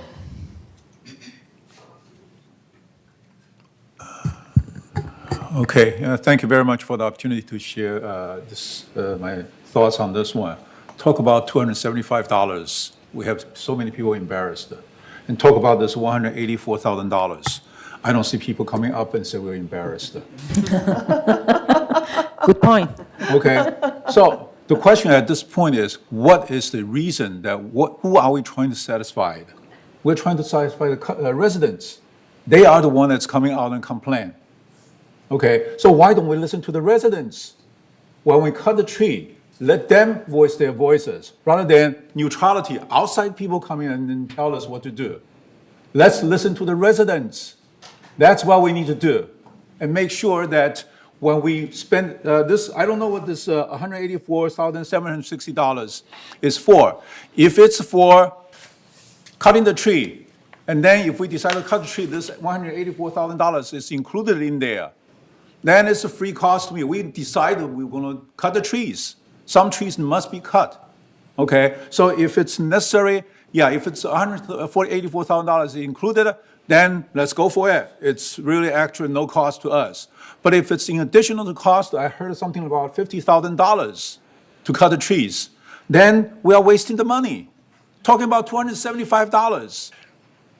I felt that a lot of people are nickel dime on things, but just let this big one number and say, it's a neutrality. We need to have a third party. No, we don't want a third party. We want to listen to the residents. That's what we need to do. And listen to the residents. When you cut a tree, it's very simple. When you cut a tree, put a yellow tag on it, put a post on it, say, sign up, and when you are against of it, because certain reasons, and talk to them, and then they will tell you the environment reasons. They will tell you the impact to them. But I honestly believe you did a good job. Okay, there probably won't be too many people against it. But that's the misunderstanding that they thought that you are doing things without their consent. That's what I want to say. Let's communicate. It's the execution side. It's not the funding side. It's not the budgeting side. The community side, if the communication side is done right, I think you're going to do a fantastic job, and the residents will love you because you had their opinions on your mind. We don't need a neutrality. We need their opinions. Thank you very much. Thank you, Director Torn. Director Casey. You know, this project was initiated by a previous landscape committee, given the VMS the direction to come up with a plan.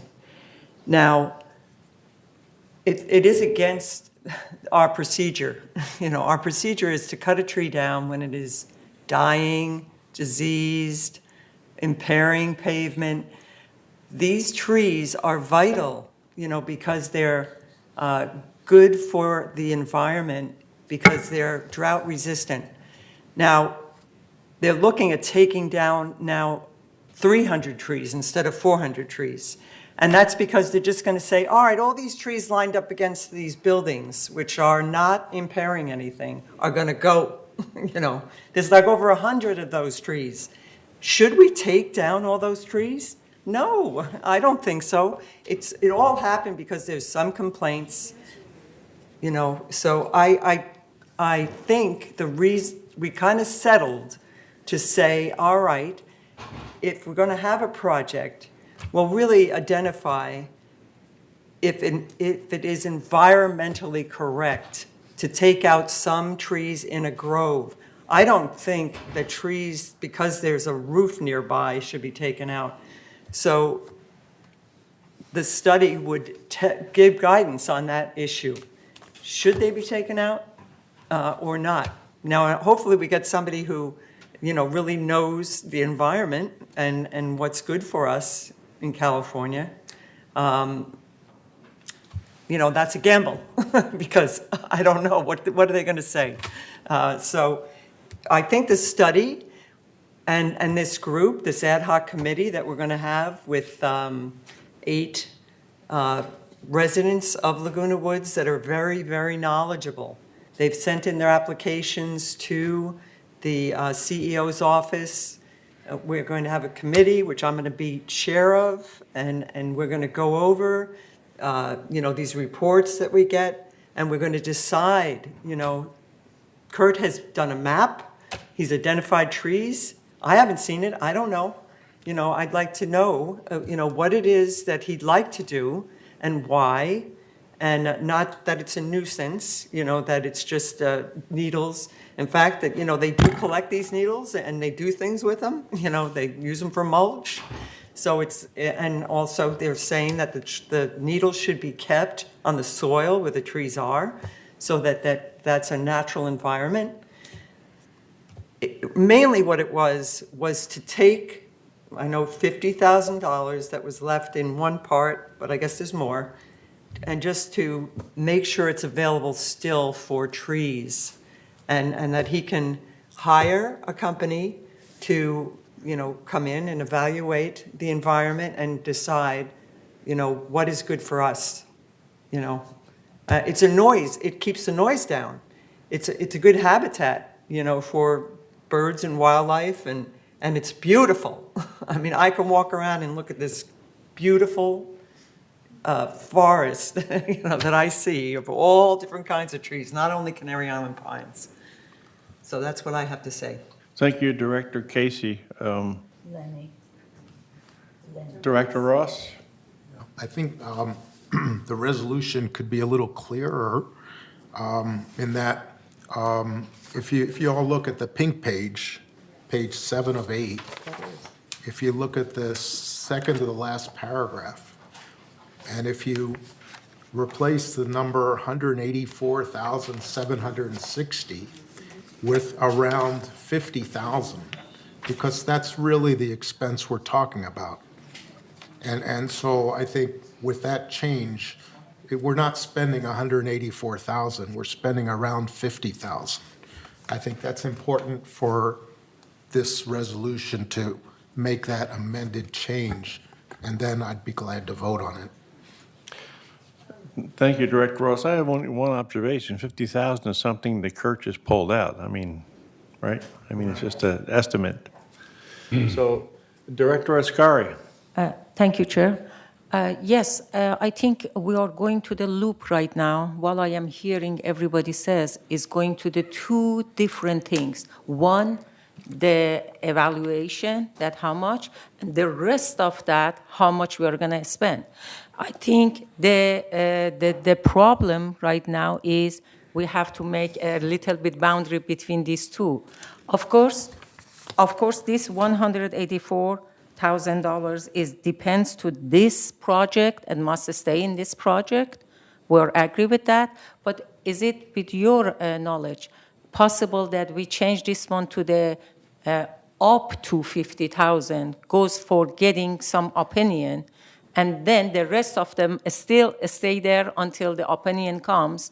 If they said, for example, we want only cut 50 trees, so we don't need this much money to cut the trees because it's only 50 rather than 400. We don't know what they are going to say. As Director Casey said, is gambling. Maybe they come back with 400. We don't know. So it's a gambling. And since we don't know and it's a question mark, I am asking you, because you're the head of the department, is it possible we just give the money for getting the second opinion, and then the rest of that, we love to see you here again and we discuss what we should do with the rest? Is it possible? Is it satisfying with you? Yeah. I wanted to know that. Well, the first step is getting second opinion. That's right. The first step. Respond to the residents. Residents want second opinion. And we wanted to follow with this huge response from residents. Residents were angry that they weren't enough outside opinion. So my request is, by your estimate, you said about 50,000, maybe less, hopefully not more. We just go up to 50,000 for getting some information from outside services, from someone from out come and evaluate how much we needed and how many trees we needed. Do you think we can go one step at a time and just go that one? We could do whatever pleases the board. The thought is, as I previously mentioned, the funds we're referring to were originally appropriated for tree trimming. So the thought was to put all that money back in the tree trimming budget and pay for these outside expenses, the unexpected expenses of the outside consultants, and the balance would go to tree trimming or tree removals. Part of the tree maintenance program, we do tree removals regularly, and we do tree planting regularly. All of those come out of the tree budget. Last year, we went 3.5 months without any tree work. So this money represents that. So the thought was to put that back into the tree budget for use this year. whether it goes towards tree trimming or whether it goes towards tree removals or both. But it will go back. This is money you originally budgeted for tree maintenance, and it would go back into the tree maintenance budget to be used for the various things we do in tree maintenance. Thank you, Mr. Kurt, for information. But the request that I said, first we figure out how much we needed. If the opinion came and said only 50 trees must be cut, and we have a budget for tree trimming this year, so please understand this is going to be add to the budget that we have for 2020. 2022 already has a budget for tree trimming. So we have a budget, and this is going to be on the top of that budget that is comes. Am I right? 2022 has a budget for tree trimming. So that's one budget, and this is going to go add to that. So my request is first get some opinion, how much and how many trees we are supposed to cut, and the rest of the money later goes to that. And how would you like us to handle the trees that were not trimmed last year? But this is for only for pine trees. This is not for the total. The one that you didn't do, he said it, am I right? It says only this belongs to this project. In this resolution, at least says, they said this is the over from this project. That's why it's right down here. It's not from the total other project. The fund, I am reading you, in the amount of 100 to fund to a portion of pine tree reduction. So my request is just get the opinion first with 50,000, up to 50,000? No? Okay, thank you, Director Escar. Remind everybody here, we're in debate now on this resolution, so that's where we're at. Could I make a motion?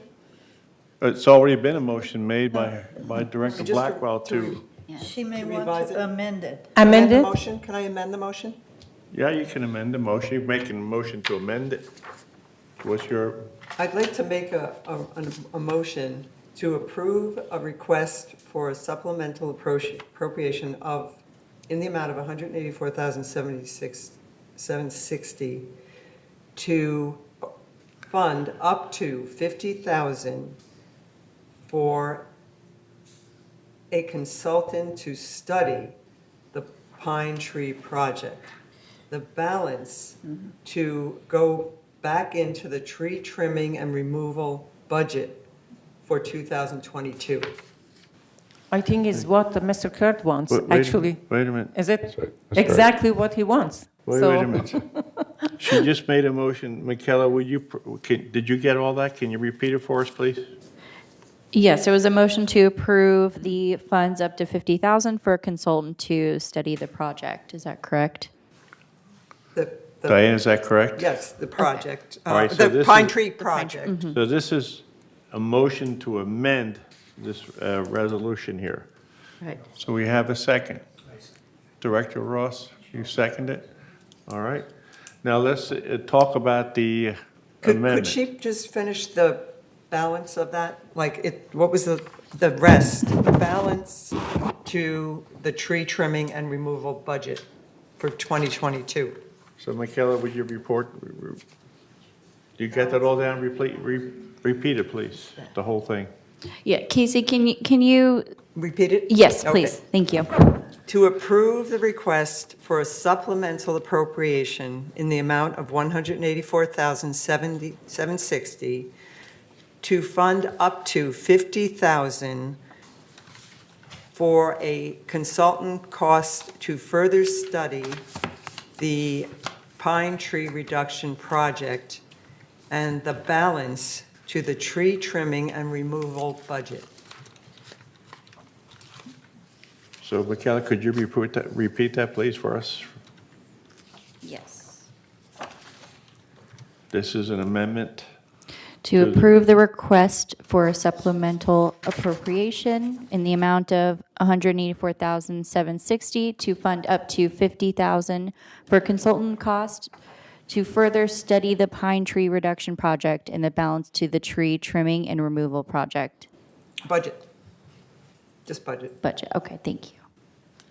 All right, so we have a motion that's been seconded by Director Ross. Can we talk about it? Now we Second. can talk about it, yes, Director English. I'm just concerned that we're taking money from tree trimming and putting it into tree removal. I think we might have an issue here where we're violating the Davis-Turling. We might, because in fact, we're taking money out of the reserves and putting it into operating expenses. No. We're not doing that? I think it's all reserved. No, it's All all reserved. reserved. It's all reserves? In one bucket, all reserved, I think. So even the tree trimming is, Yes, It's all reserved. yes. okay, Okay. Anybody else? That's a question. like that. Director Torn?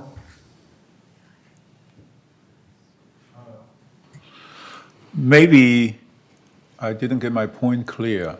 Okay, I am not interested in outside consultant points. They don't live here.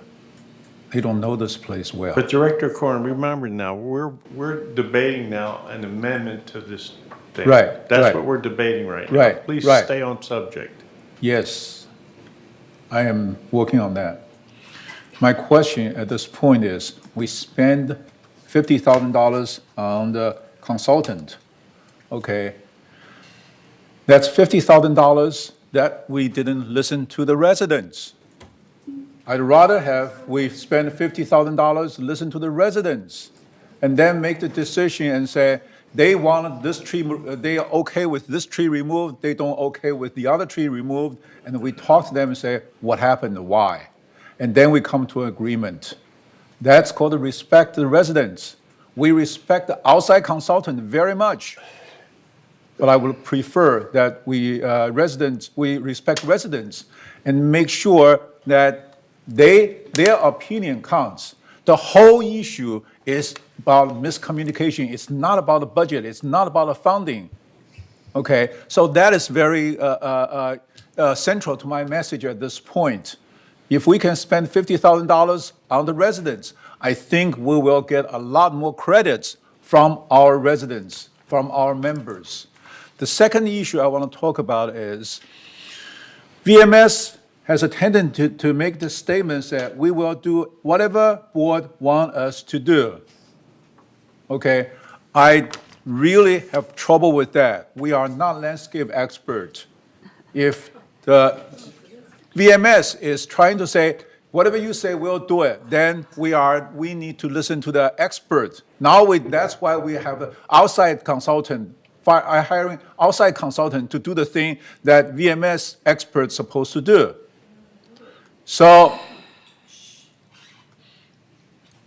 in that case, what I'm trying to say is, please, board, I am not a landscape expert. When I approve their recommendation. Doesn't mean I approve whatever the basic principle behind it is correct. I have no clue what basic principle is behind it. There's a landscape principle behind it. If you want me to talk about the IT principle, I know them all, but I don't know anything about the landscape. So I approve VMS recommendation. I'm not saying I propose this one to impose this one on the board, on the VMS. So please don't say we will do whatever board wants to do. The experts with VMS should say, if you want to do it this way, here's the damage, here's the problem. If you want to do it that way, follow our approach. This is the best way. That's what we need, expert opinion, not just yes, ma'am, yes, board, you want us to do this, we'll do this one. That's not what we want. Thank you very much. Thank you, Director Torn. Director Blackwell. Thank you. In this project, there will be a resident committee inspecting every tree. Let me repeat that. In this project, there will be a resident committee inspecting every tree in question. Aside from that, the people in the audience wished to know what environmental impact there would be to the removal of trees. And so that is That is a different issue.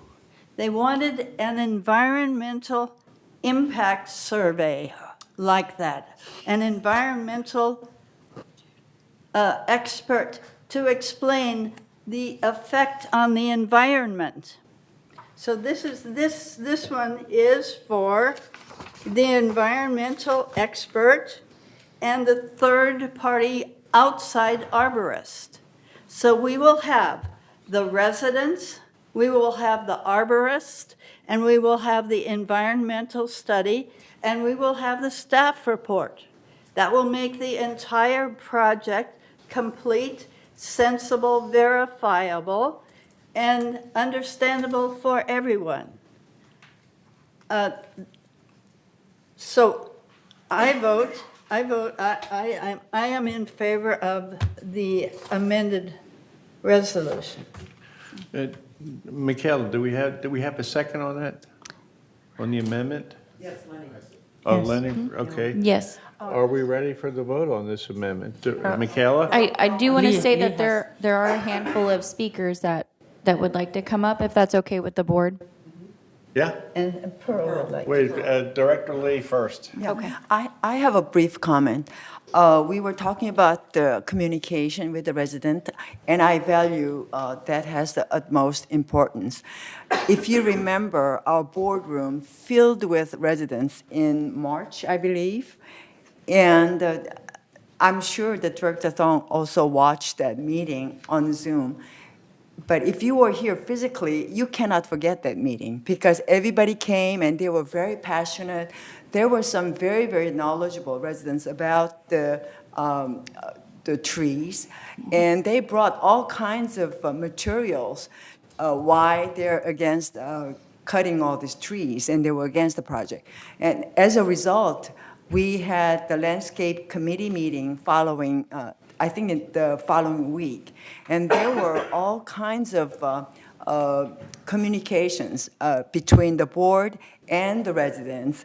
And I think as a result of that communication, this resolution came up. So please don't misunderstand that we do not want the communication. We have done as much communication as we could. And it's a very hot topic among the residents, and so as our members. So we do respect the residents' opinion very, very, I think it's very, very important that we listen to them. And we have spent lots of time communicating with them, and this is the result. Thank you, Director Lee. Yes, comments? Yes, we have Esther Wright, Manor 172D. Thank you.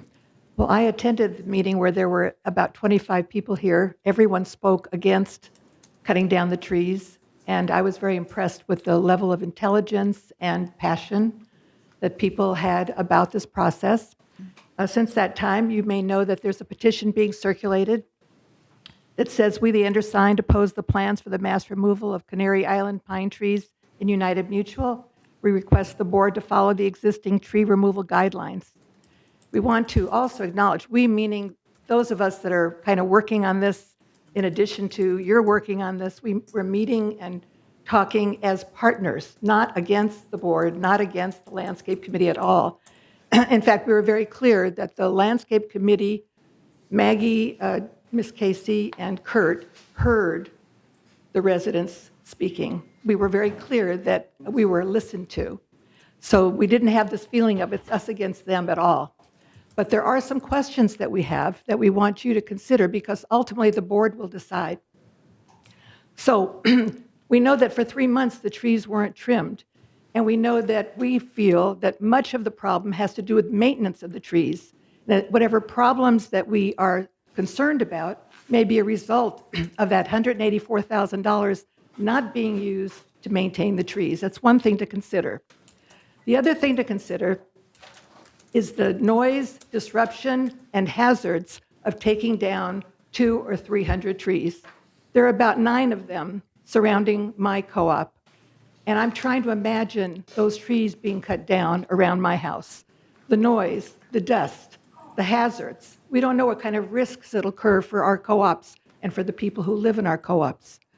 So I know that many of you who are on this board, and by the way, I'm very, very impressed with the diversity of this board. We need to be very proud of that, the diversity of this board. We have a lot of different people with different perspectives.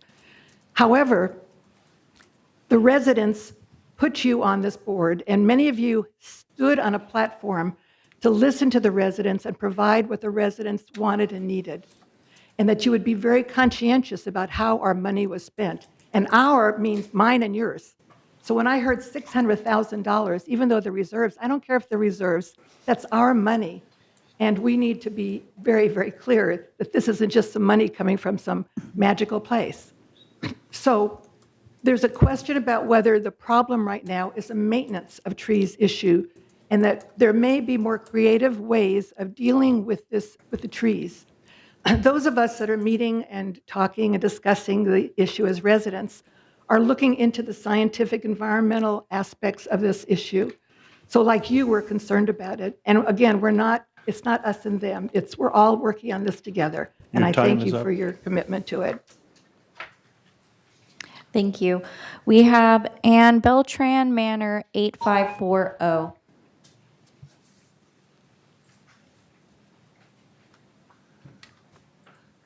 I have no objection to the amendment to the proposed resolution as amendment.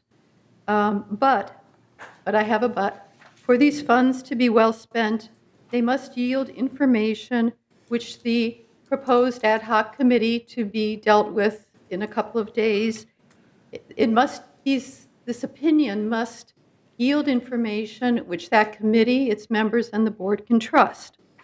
So that means that the members of the committee should agree with the landscaping department on the scope and purposes of what is to be studied. Further, that the committee agree that the selected experts are the right people for the job. And I'm already hearing lots of questions and issues from people I talk to about that. Simply put, if the ad hoc committee and residents who don't want the pines removed do not trust the opinion of the outside expert selected, we will have accomplished very little in spending money on them. For this reason, I believe that the process we should follow is first to form the ad hoc committee, then ask them to review the proposed candidates to do further study, and then and only then to contract with outside experts.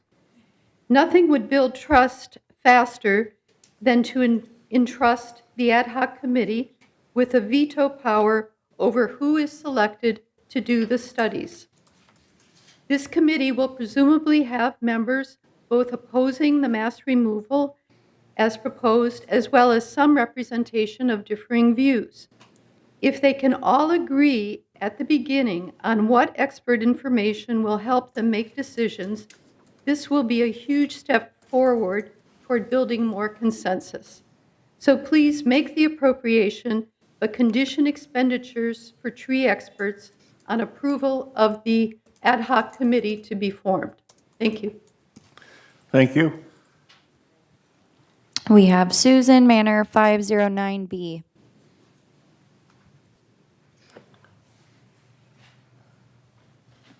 Thank you for the opportunity to speak. I was one of those passionate people here on March 10th and then at the Landscape Committee too. And I told you then I had written a letter, and I submitted this letter to the directors of the Landscape Committee, Ms. Casey and Mr. Liberatore, and there were 257 signatures here of these residents. The most important thing is, I think, the transparency. I'm going to echo what was just said.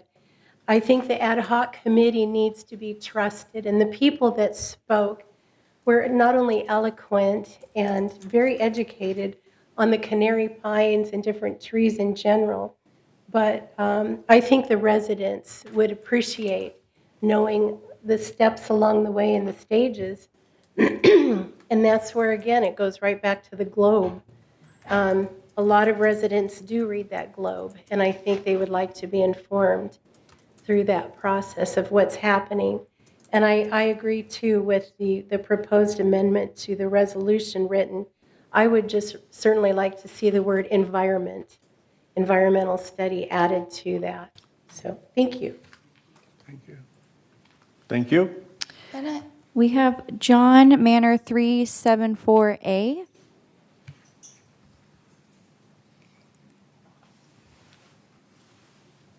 Yes, hello. I was actually at the first meeting, and I had indicated we just had moved in, and one of the reasons we purchased the manor we did purchase was because it was protected by the Canary Pines.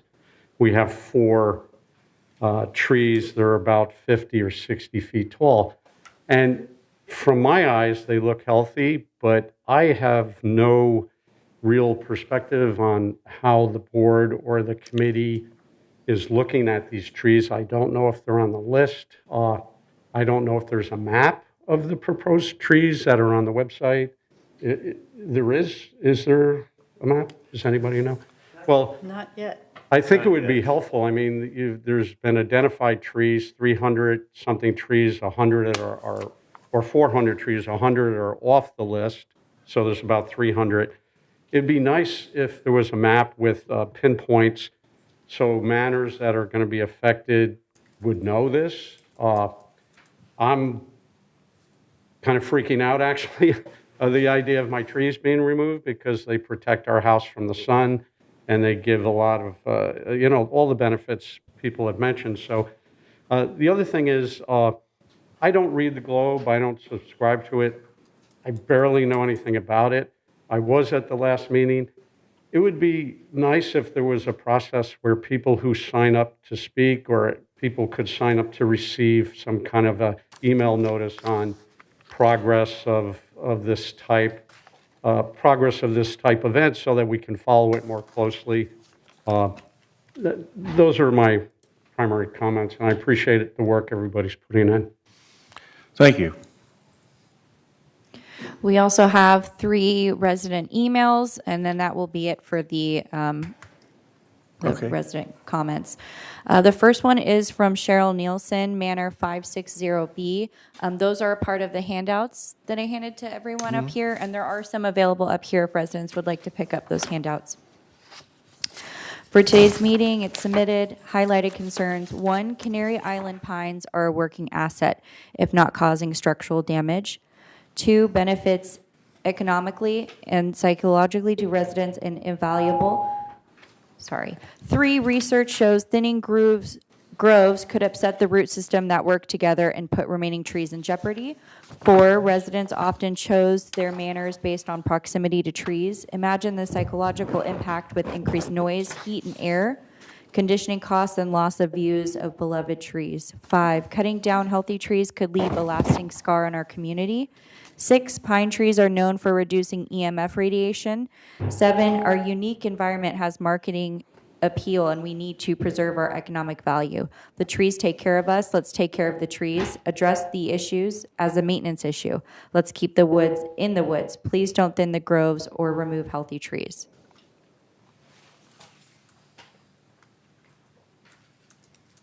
We have an email from Robert Miller, Manor 36F. I am glad to see that the earlier suggestion to remove 40% of the subject trees has been placed on hold. The identification of unhealthy trees that absolutely require a removal is a good start to the project. I'm sure that the residents of the village would appreciate seeing the committee develop a systemic plan for removal of those trees. Such a plan should cover not only location, but also a timetable for removal. The plan should also address a stump removal, kind of replacement trees to be planted, and how the disposal of the cut trees will be handled. The number of board feet available in each tree is significant and could possibly be sold to offset some of the cost of the project. That kind of a plan should be presented to the residents of United for comments and questions. The final decision is up to the board, of course, but it should not be made in isolation. And the final one is from Sean Joseph, Manor 190A. Dear valued members of the United Mutual Board, I write as a resident with many concerns remaining without expenses, mass tree cutting, and a process of adaptive management needed with respect to enhancing our village's aging stands of trees. Specifically, my concerns include some of the following. Will there be any steps in the proposed tree removal plan so that at each juncture an advisory committee can review the results in light of the plan's stated objectives? Can residents, despite the staff's arborist recommendations, still object to the removal of specimens in their proximate vicinity? As you may recall from a previous presentation by me to the Landscape Committee, that I am an advocate of adaptive management as an effective approach to impacts on natural systems of even the best intentioned solutions for safeguarding the health of seniors and our surrounding natural community. I remain convinced that the Landscape Committee of United Mutual needs to keep a better set of advisors to reframe the existing situation as the fine work by Mr. Kurt Weinman has presented this plan to you. By that I mean, does this rather expensive expenditure meet these criteria of minimum cost for maximum effect, common expenditures being used to benefit the few at the assessment of many residents not bothered by trees, excising the contradictions in the proposed plan? That is to say, if you are spending money to remove turf, so what is the concern that some grass, turf, does not grow under some, yet not all canary pines scheduled for removal? Do we have a map of the work areas and the clusters that are to be thinned? While I applaud the removal of trees from the chopping block that screen out and muffle noises from the highways, has Director Kurt Weinman given you and your board or committee any indication of such a more detailed portrait of this project? Thus, both the expense and implementation of the proposed plan remain too important not to raise the above concerns for further remediation of your intentions. Thank you. And that is all. Thank you, Michaela. All right. Now, remember, we're talking about an amendment to this resolution. Director Casey? Can I make an amendment to the amendment? No. No? Yes. It's just No, you can't. It's just a little revision. No, you take, You can withdraw your mandate. You can withdraw your mandate and then make another one. Okay, could I withdraw and make another one?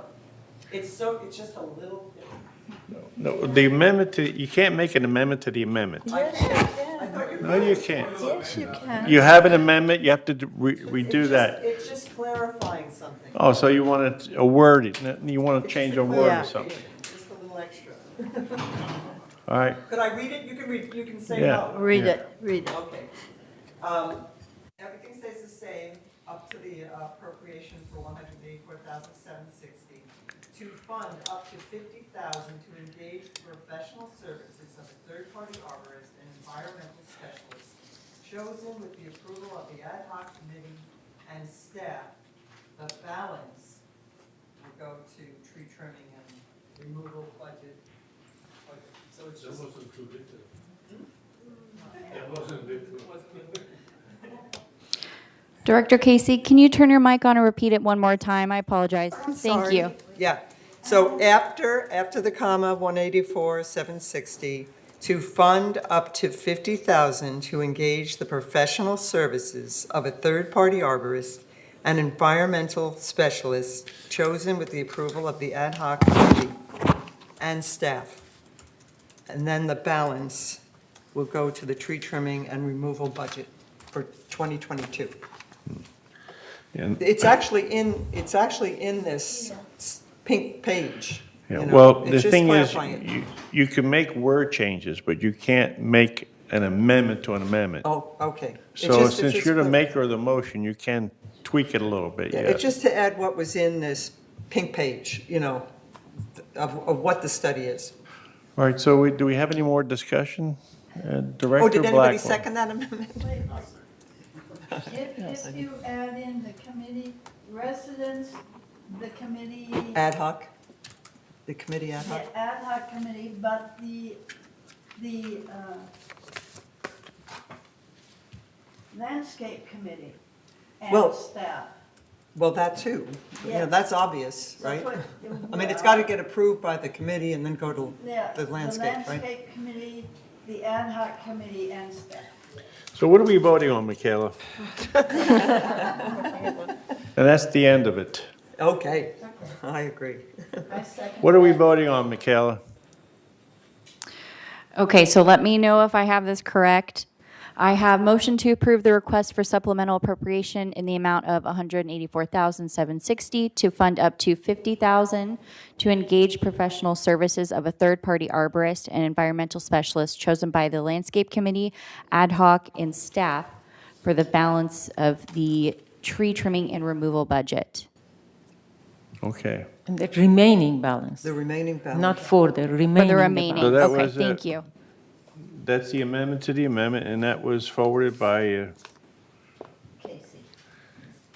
Director Casey made the amendment. Was it seconded by Yes, Director second. Ross? Are we ready for the vote? Yes, yes. No, Yeah, but keep it short. It's getting late. Okay, I just have a question. There are two things that, new things popping up. One is the subcommittee, composed of a residents, specialist. But we're that not they- talking about that. yes. We have an amendment here. Yes. You want to talk on the amendment to the amendment or not? Yes. Don't talk about any committees. We're not talking about Please committees. don't interrupt me. I'm getting to that. Okay, there's a subcommittee that talks about getting residents. There's a funding about outside environmental study. What's the relationship between them? Who guides who? Who comes first? And then the other one comes in. Okay, I have some questions on that, so I don't know how to vote on this amendment at this point. May I have some clarification on that? What clarification? Is that clear, that my question? Michaela, read the motion again so Director Torn can understand it. What's our amended? No, I motion? understand that, I hear that. You said you didn't understand it, so Michaela's going to read it again. I'm not talking about misunderstanding the words. I don't understand this. There were two things we talked about. One is this ad hoc subcommittee, okay, that composed of residents' opinions. The other one is. Is the ad hoc committee in the amendment? Is there talk of an ad hoc committee? Yes, it is in the amendment. Okay, the other one is the outside vendor, okay, environmental study. Now, who leads who? Who's coming in first and give the result to the other one? Or vendor comes in, environmental analyst comes in and give the direction. Well, to maybe the there is no subcommittee. order. Maybe Or they, the, maybe or they are can- they come working maybe the they same time confer and, with each other. Maybe they confer with each other. You're talking about maybe. We need to clarify It's that. with the approval. With the approval, it's pretty obvious. With the approval of With the what? approval of landscape, ad hoc, and staff. So ad hoc comes in first, They're then gonna be giving the together result to, okay, giving the Deciding result to on the, who they're gonna send it out, you know, I mean. okay. Yeah, okay. Okay, is it even necessary to have a vendor if the resident decides this is what we want? No, it is necessary. That's not the motion. Are we ready for the vote? Yeah. I just have a We're talking about one $275 comment, complaint. please. This is a $50,000 complaint. Excuse me. I would just like to say, with all these different professionals that we're getting, these various consultants, environmental, da-di-da-di-da, this project's going to cost us a small fortune, and that's it. Thank you. All right, thank you. We're now, Director Bastani. If we put the three committees and say in respective order, then I believe what Andre was trying to say will be in place. Will be ad hoc committee and the other two, and say in respective order. That's a good, yeah, that's a What good we're addition. doing now is, so Okay, you want to great. debate this, some more, or you want to take a vote? No, we're just, gonna take a just vote. the I just wording, the order of Said the in wording. clarification that we put them in respective order, so it covers the comment of All Andre, right, but which we're is asking voting who comes on, we're first. voting on the amendment now. Do you want to change the amendment? I'm sorry? Do you want to change the amendment? No, just can No, read I again. just added Can one you- word. It says chosen by. I mean, you could read it again. If possible, if not, fine. Can you read the motion again so the order we know? Yes, Sorry. All right, sure. Michaela, give us the amendment to the amendment, please. Okay, it's Approve the motion to approve the request for supplemental appropriation in the amount of $184,760 to fund up to $50,000 to engage professional services of a third-party arborist and environmental specialist chosen by Landscape Committee, ad hoc, and staff for the remaining balance of the tree trimming and removal budget. Thank you so much. So Andre, it clearly says proven by ad hoc was the All right, number one. Director Ascar, I didn't give you the floor. All right. Finish this one and vote it. That's why I'm trying to wrap it up. All right, do we want to vote or we want to debate? All right, everybody knows the amendment to the motion that's on the floor. Everybody in favor of that, please raise your hand. Michaela, do you have the count? Yes, give me 1 second. Okay, everybody against it, raise your hand. So what's the vote?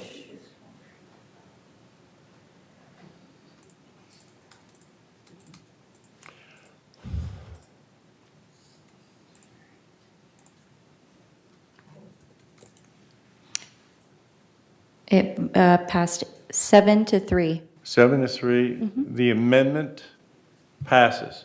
So now what's our motion, since we amended it? It is the same.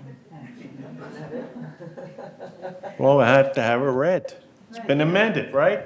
Calm down, relax. Okay, give me 1 second. Thank you.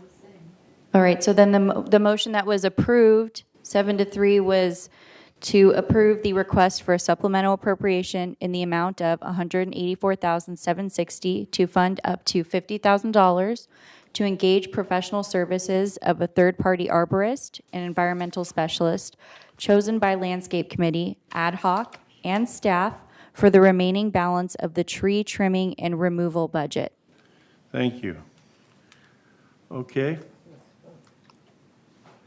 Let's go on to number 13. We voted already.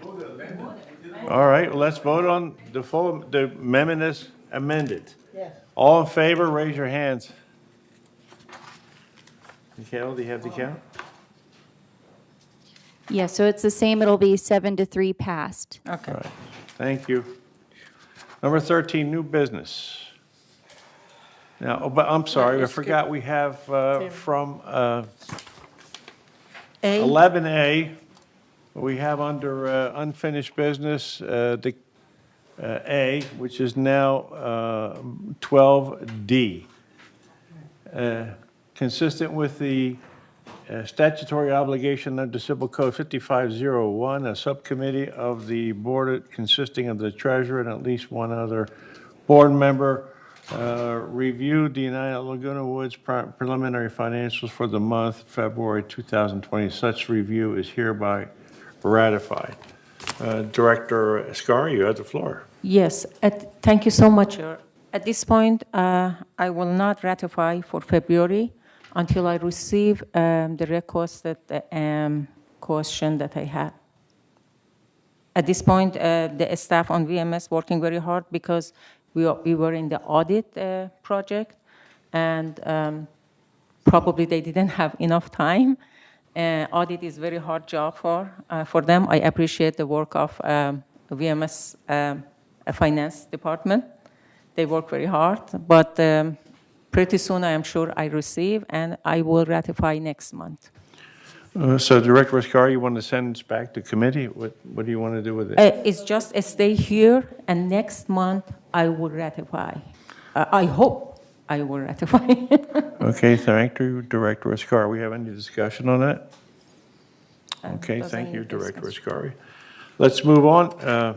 New business.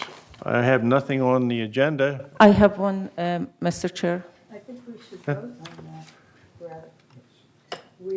We vote to put over the ratification for 1 month to the next board meeting. Yes.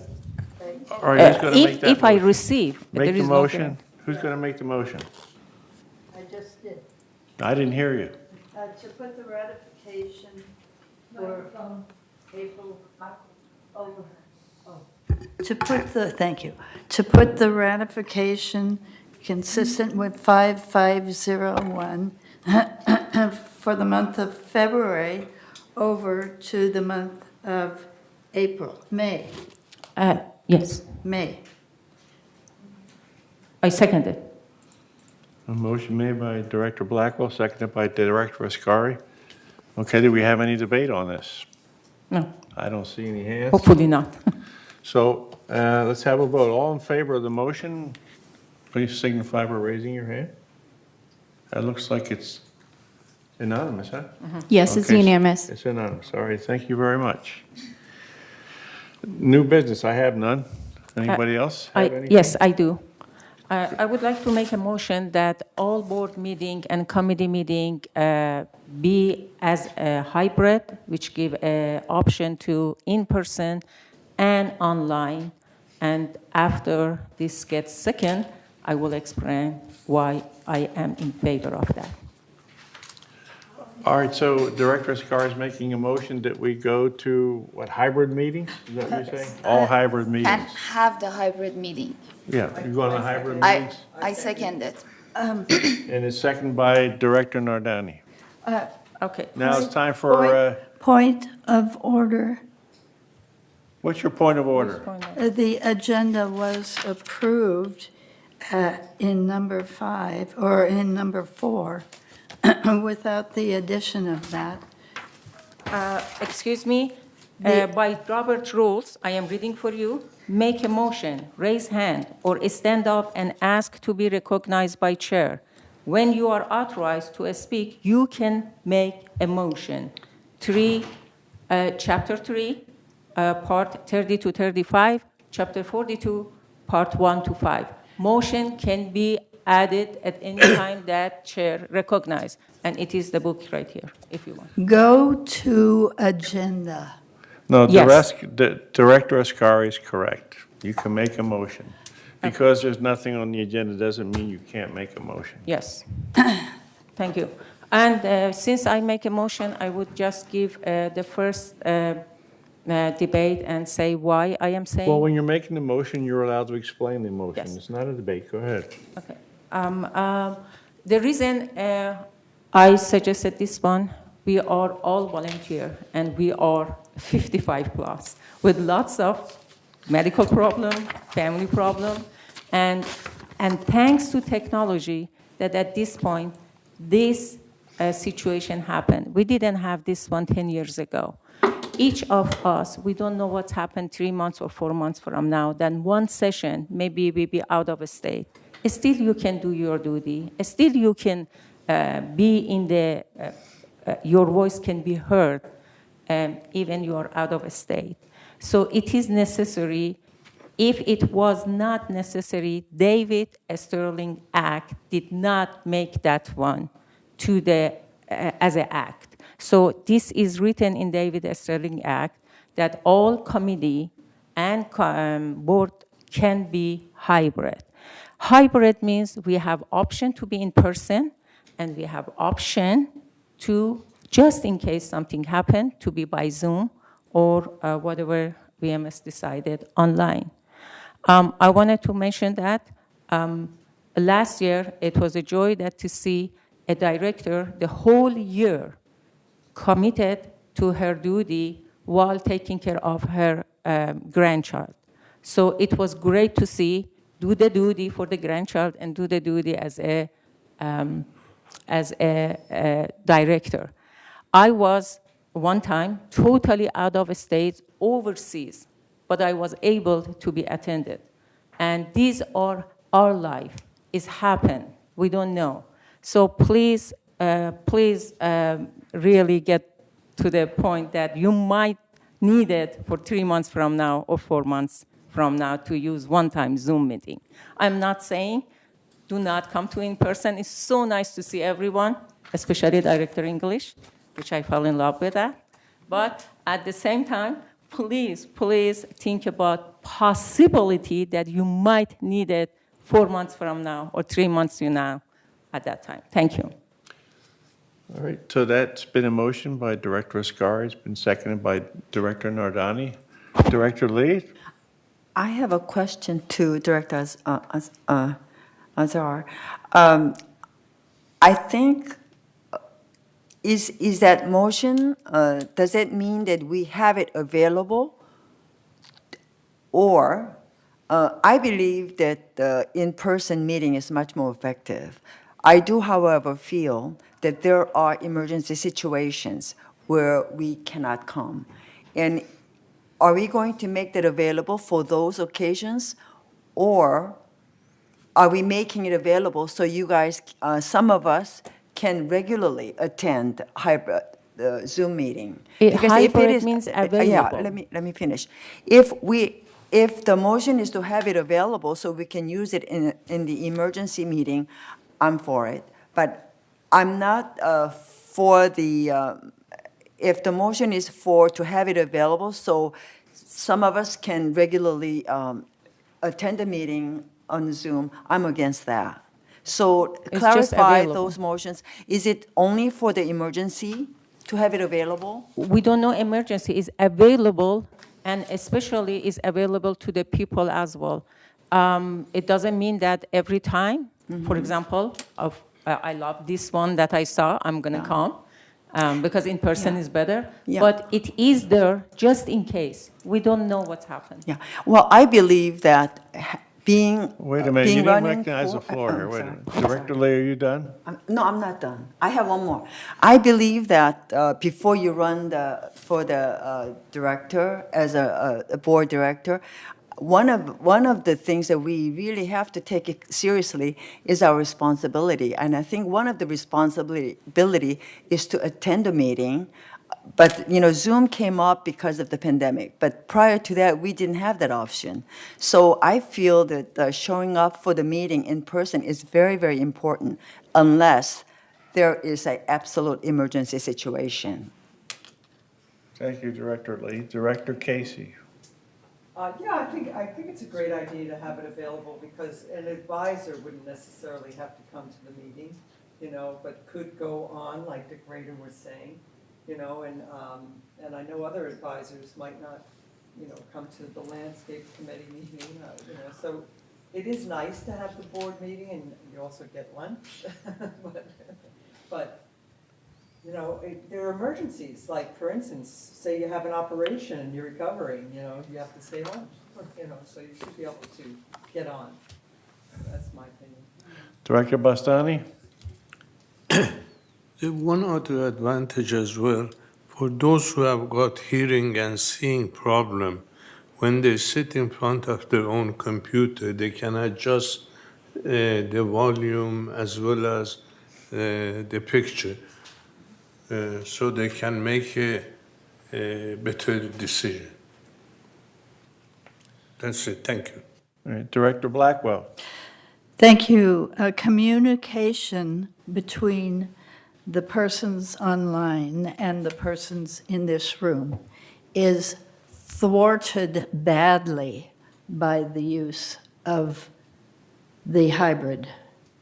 It's the speakers online come out much louder. They're constantly shouting, "Can you hear me? Can you hear me? I haven't finished yet. Let me talk, let me talk, let me talk." And the chair is constantly trying to yell the answers out. This is more effective. We did agree that we would be at meetings when we signed up for being a director. You can miss 3 meetings. You can't miss 3 board meetings in a row, but you can miss a meeting. And also, I would say, I would approve having an emergency approval of emergency. By that, I mean emergency. Don't take a part-time job on Tuesday mornings. Don't agree to take your sister-in-law to the hospital on Tuesdays. An emergency, if you can get agreement of the president and one other board member, then I would approve somebody being online if it's an emergency. Otherwise, no, because the difference between this meeting and the last several meetings we've had is phenomenal. It really ties our hands as far as communication goes, and it's much abused. Thank you. Thank you, Director Blackwell. Director English. Yes, I'd like to say that I agree totally with what Lee said in Blackwell. Totally agree with both of them. And if you notice today, we would have finished, except we've gone into a few little discussions like this, we would have finished a lot earlier by having it a one-on-one or one on whoever, so you know where everybody stands. And I think it's way better. And it does say you can do it. It doesn't say you must do it or you have to do it. So this is definitely something that we can or we can't. And I think the idea of an emergency, if there is an emergency, fair enough. I can tell you right now, I could have taken a whole lot more time off if I'd have put emergency down. But I don't take time off lightly. I think these meetings are very, very important. Thank you. Thank you, Director English. Michaela? We do have a member comment. All right, hold on. Directors first. Director Torn. President, I really like the idea that we communicated to the residents. However, I felt that if this is the only chance a board member is communicating to the board members, to the residents, we got a problem there. Okay, we need to communicate to them constantly. When I'm at home doing this online meeting, I constantly communicated to residents. They talk to me about their opinions. That's when I reflected their opinions on the. Being here, I can do that, but it's really not that convenient. Okay, I cannot take phone calls. I cannot do other things. And also here, if you notice that I have the computer here because I do a lot of comments on computer. Okay, and that's very important for me.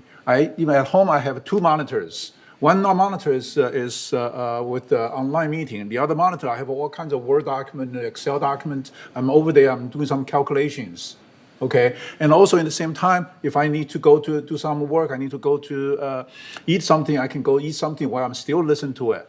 Okay, so it's very convenient. And also, by the way, we are all retired. Okay, I may go on a trip something now that I have to meet here, and I know a lot of people need to go to committees that restricted our retirement. That makes our job become a full-time job.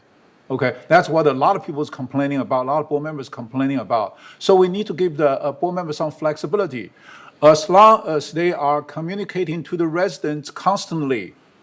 There is no need that we absolutely have to be here. There is a rule that says if you have a 3-time continuous missed meeting, not saying that you are on the online meeting, then you need to be you will be dismissed. So there is no such rule exist. We don't want to put the extra rules on ourselves. Okay, we want to improve our communication.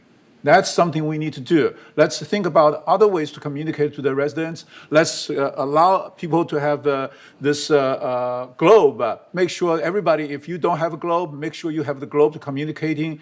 Make sure that you have your email sent out to everybody else, to residents, so residents will be able to send you email and phone number to talk to you about the issues so you can represent them. Okay, that's more important. But whether you are here personally or not, that's different. That's not important. We see Cynthia Rupert showing, presenting information, her report on the net, internet. Does that stop anything? Does that stop us talking to her at all? No, it doesn't. So there is no restriction. Why do we put extra restriction on the board presence here? Okay. Yes, we need to be here to show our face, okay? But online, we can still show our face, okay? There's no problem. I don't understand why you have to be here, okay? Just look at that chart. Do you recognize any one of those? No. But when you are online, you show your face up there. That's more important. And communication, besides the board meeting, that's the most important thing that we need to follow. Thank you. Director Casey. Well, one thing we could do is we could have the people that come on through the internet not become panelists? They can just be observers, you know? They just don't have a vote. I mean, if that's, I don't know, but it's just, this way you can control all that feedback from the internet, you know, unless they get elevated to a panelist. It's a thought. Thank you, Director Casey. Do we have any other comments, any debate? Are we ready for the vote? All right, Michaela, who do we have? Richard Brader, Manor 270D. Holy cow. I came here because, and brought up this subject, because I was shocked this morning. It was a lack of communication. Here's what happened. If you go on, and you can do it right now, onto the Team Up calendar, go to United Board, and here's what you'll see. No Zoom link, and it specifically says in person only. That's why I came here, because I really don't care if you eliminate the Zoom link. It's just that you didn't communicate that you were going to do it, or maybe you weren't aware. That's all the reason why I brought it up. Now, Siobhan brought to me the fact that there is a Zoom link, but you have to go another step. You have to go on to the agenda. I went what is normally what I do. I just look, and that's what I saw, in person only. Now, with regard to the discussion you're having, I fully understand Pearl's point about the board and how it, you know, should be meeting in person, and I support that. But just to bring up another aspect of it, the board was discussing how this impinges, basically you were spending most of your time on how it impinges on the board. The fact of the matter is that it also impinges on residents, and I just bring this up. When I go to committee meetings, and you know I go to a lot of them, there's very poor participation by the community. But if you have the Zoom link, we have had more people coming and offering opinions and discussion. So there's two sides to the story here. I don't know how you're going to vote, and it's up to you guys, but I was only bringing up what I thought was inappropriate, that all of a sudden, nobody tells you that you got to appear in person. And that's what I saw this morning. Michaela, we have anybody else? No, that is it. Okay, are we ready for the vote? Okay. So, Michaela, would you restate the motion, please, for us? I have motion to approve for all board meetings be available for both in person and virtually. May I make one more comment? No, no, you're out of order. All right, so we have a motion, and it's been seconded by Director Nardani. All in favor of the motion, please signify by raising your hand.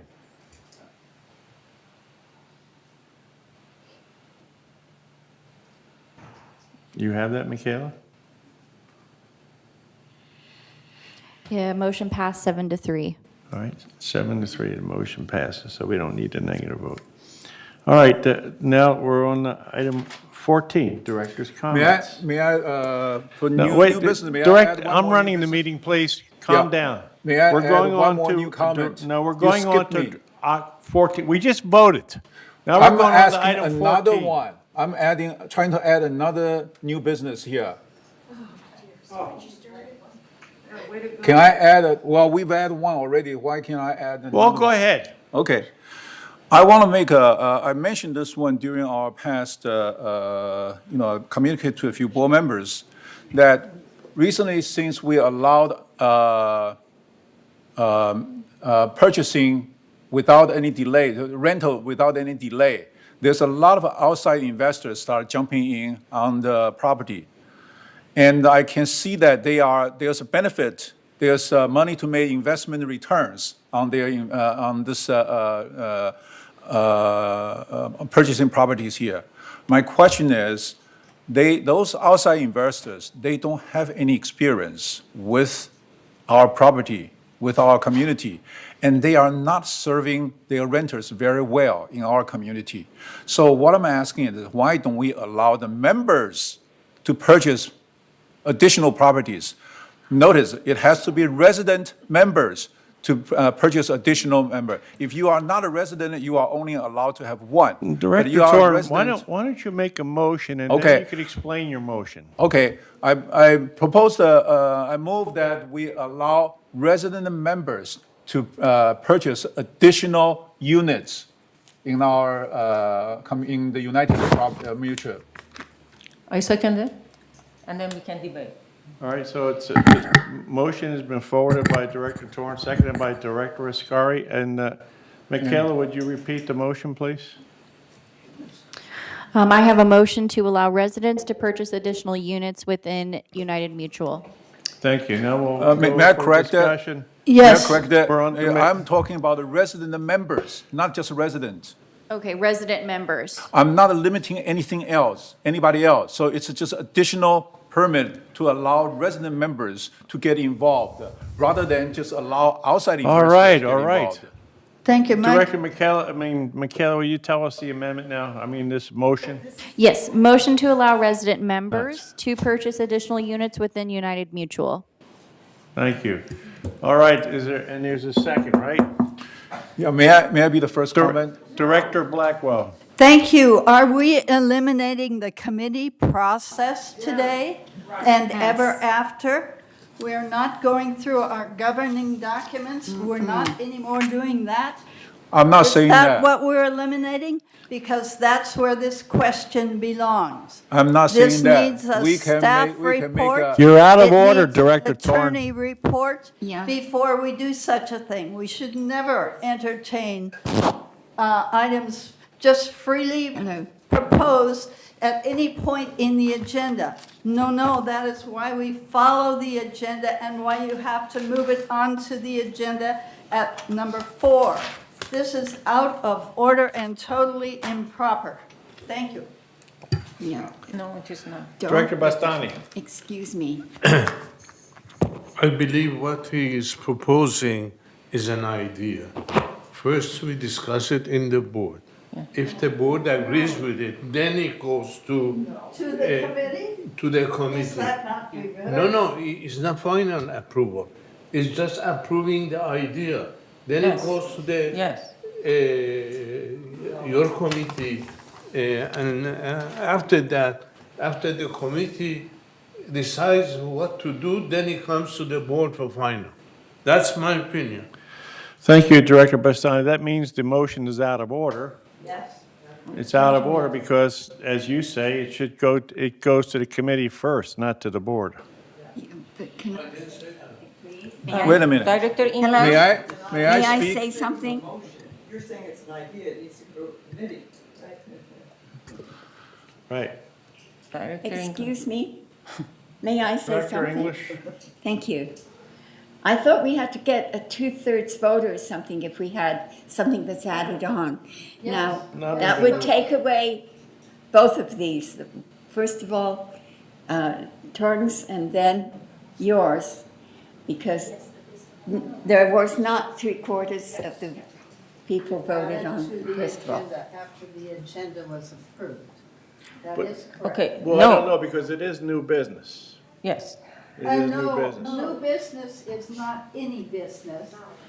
New business is what ordinarily would have been new business would be more resolutions like this, from staff and from the committee.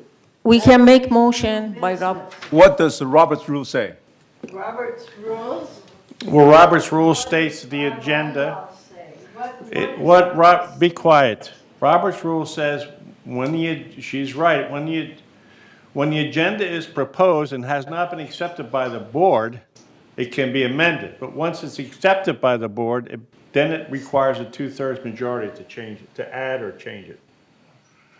That's Robert's rules.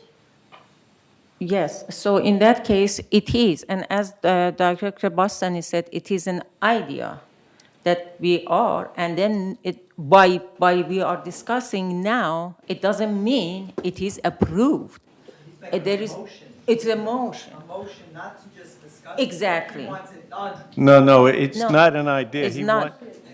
He put the motion up to be approved by this board, and it's out of Oh, order. but after us, isn't that 2/3 of the residents should vote on that? No. No? Because this is that, no? I don't know what the process was to change us from 6-month rental to a 1 year or more. Something happened. It was a big process. I don't know if it was just the board or not. You were on No, board the when 6 that months, process. yeah. No, I was elected to the board after 5 of them resigned because of that motion. I will be reporting to our attorney that we are doing illegal actions on this board. And No, he we have will a- opine for us in about an hour and a half. And we will find out if the earlier motion was improper about online and not online. And this one will certainly be found improper. Well, this we motion have is out of order. procedures. We It have is out of order. procedures in United, and some of us know them, and many of us disagree, but we follow them. Otherwise, why have the board meeting? Let's just have a picnic out here and people shout out whatever they want. I mean, why do we? I'm glad you like. Isn't that what you're picnic. doing? Why do Isn't that we what get- you're doing? Why do we get this report? Let's come to order. Come to order. I think Dick wanted. Please, board, take Maggie's suggestion. This is a decision that should be brought before your lawyer. Well, He you're will out of straighten order you because out. I already called the motion out of order. Okay. Any other director's comments? I'll move on to Just- committee reports. Can I ask something? Sorry. I don't know the processing, but I got lots of email about the processing that the VMS sending the invoice to the people. They got it late, and they got the late fee for the $35 for each month, and then they write the check and send it to the VMS. They are not getting it again, and again, it's a late fee. I just want to know, we can just put it for the new business to talk about it, how we smooth this processing for the people. Because I have evidence that they send a check, for example, for March 28th. They got the check, but they didn't put it in the system, and then they said that, oh, okay, we didn't get the check. When the resident just go over there and talk to them, where is my check? I sent it to you, this is the copy of check. And then they found it and said, I'm so sorry, we didn't put it in the system.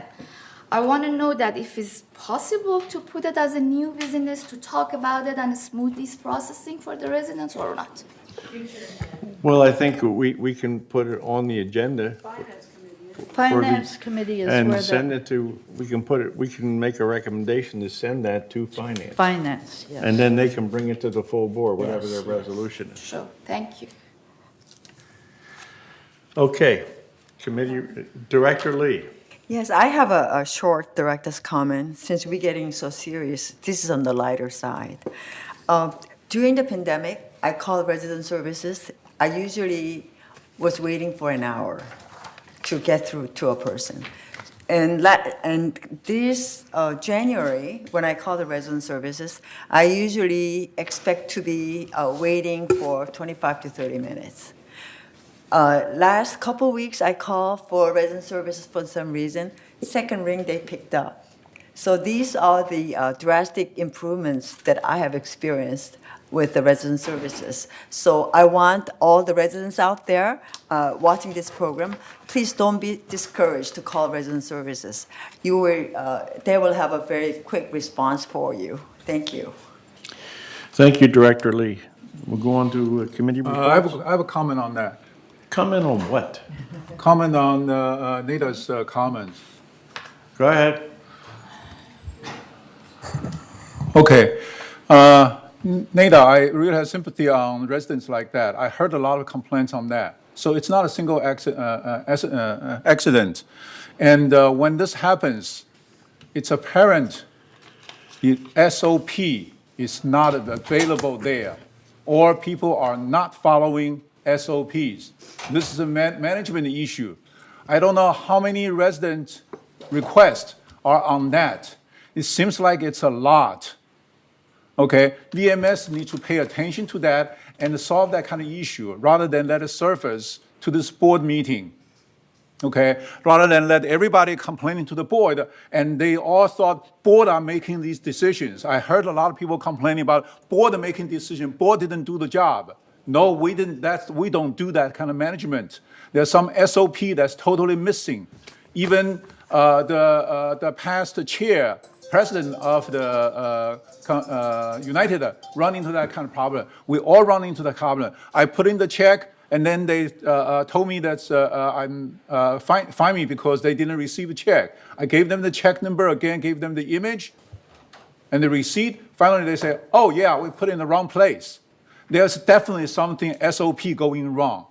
Okay, it is a management issue, and it should be solved by management quickly. Otherwise, we will have all kinds of work requests coming up there. That is a serious problem there. Thank you very much. Thank you, Director Sorry, Torn. President. Can I just read one email, one text message? She just heard about it, about this one. It says that one of the residents sent me a text. It says, in setting up auto payment for my HOA dues, I had to call half a dozen times and it took them a month to figure it out. They have applied to the other people's payment to my account. Just another issue. Thank you. Okay, committee reports. Report of the Finance Committee, Director Ascari. Can we ask them to give some feedback to us next meeting? Director Ascari, Finance Report. Can I have a comment?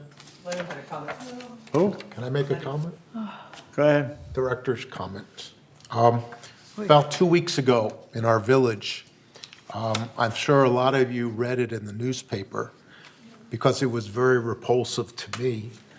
But there was a lady who was walking around our community with a swastika. And I think this is the first United Board meeting that we're bringing this up, that I'm bringing this up. And I think it's repulsive and repugnant that this happens in our community.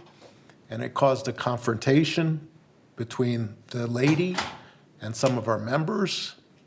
And I'm hoping that it never reoccurs again. And I understand that there's some hate crimes that are being charged against this lady. And I think she's in the intention of moving out. But I'd like to ask staff if there's, Shaban, if there's any update on this particular incident that she could help us with.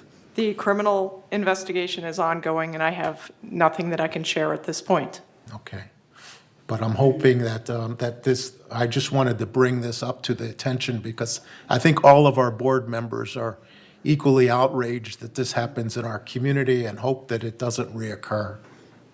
A quick comment here. You don't have the, you're out of order. You're out of order.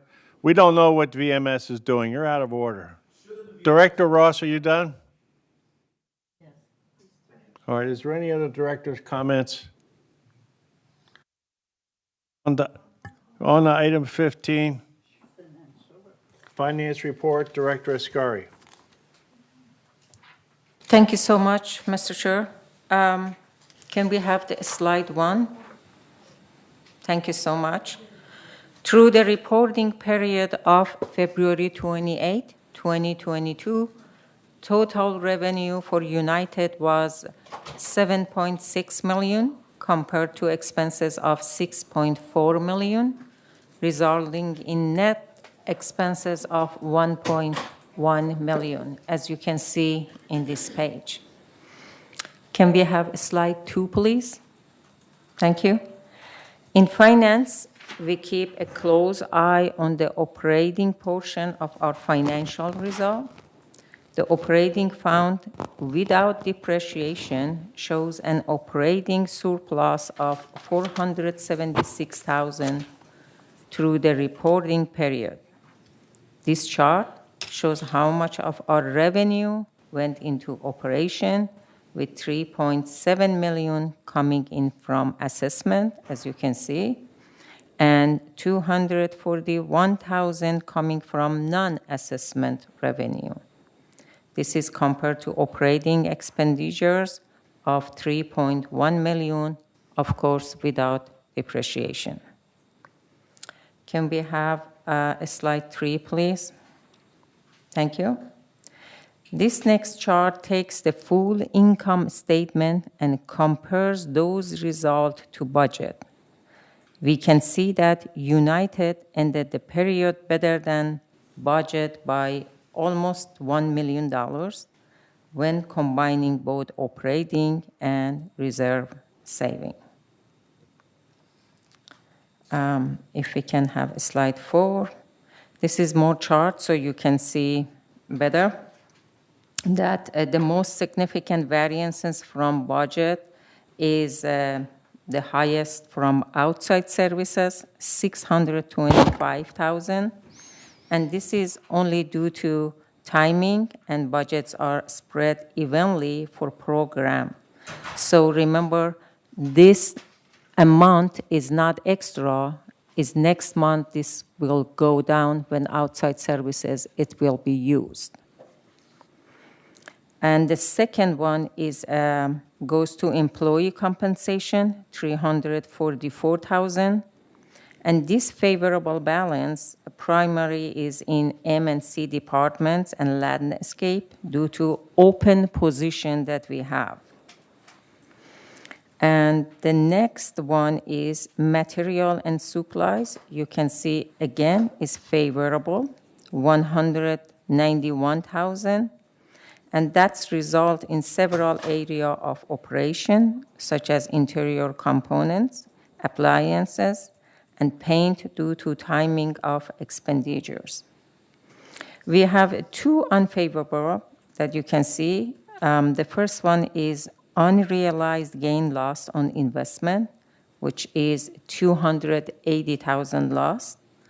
Unfavorable due to adverse condition for bond index fund investment during the reporting period.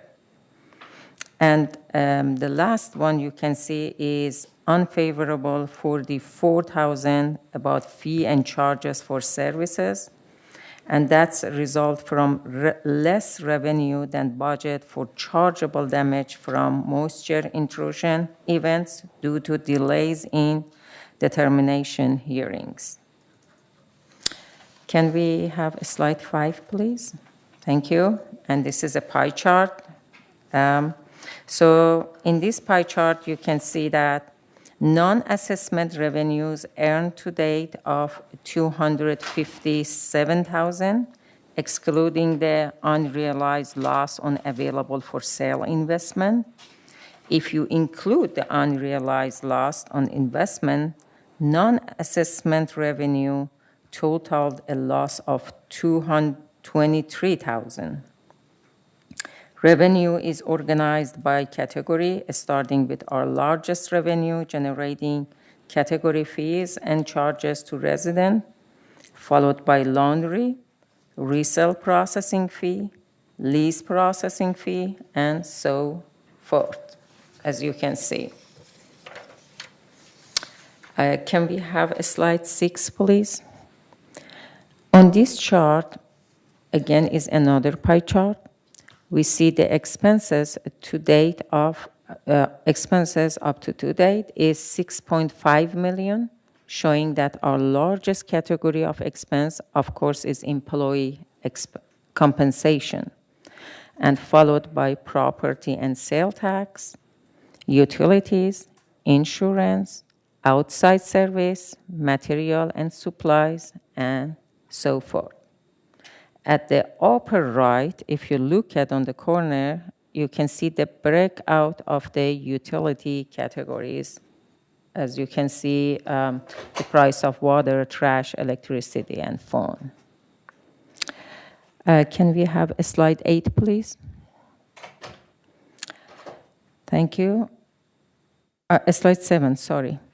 On this next slide, we see those same expenses excluding properties and sale tax. And of course, in this without property sale, you can see almost 50% or income going to employee compensation. And the other 50 goes to the starting with utilities, insurance, outside service, material supplies, and so forth. Can we have a slide 8, please? Thank you. Our fund balance are shown here. The contingency fund balance on February 28, 2022 was $1,097,000. Contributions and investment revenue total was unfavorable, $16,000, resulting for unrealized loss on AFS investment due to adverse condition for bond investment during the reporting time. And contribution and investment revenue collected totally $1.5 million, while expenditures were $881,000. You can see here property tax fund balance on February was 38 less, and then contribution and investment revenue collected total $2 million, while expenditures was $2,030,000. And this gives you an opportunity to check a contingency compared to the reserve. Just you know that the contingency money is in operating account and reserve is in reserve account. Can we have a slide 9, please? This gave you an average for 5 years, you can see. We compare this to historical fund balance for the past 5 years on this chart, which have average of 20 million. So you can see that tiny line is there, and we are almost in the average for the last 5 years. And the last one is slide 10. And this is resale history. We have a slide here to show resale history from 2020 to 2022 through February 28. United sales totaled 78 units, which is 17 resales higher than prior year for the same time period.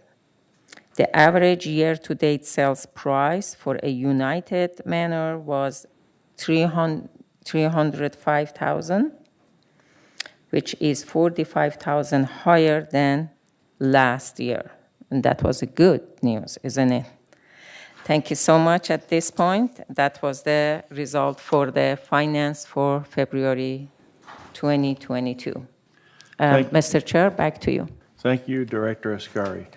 The report of the Architectural Control and Standards Committee, we didn't President Liberatore? Yeah? Richard Rader would like to speak, if that's okay with the board. For what? All right. You know, it's getting late. No, I know that. I'm very quick. I just want to make a clarification.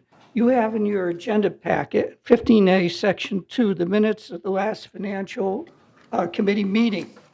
You will see that there was no discussion about the Globe subscription for board members in open session.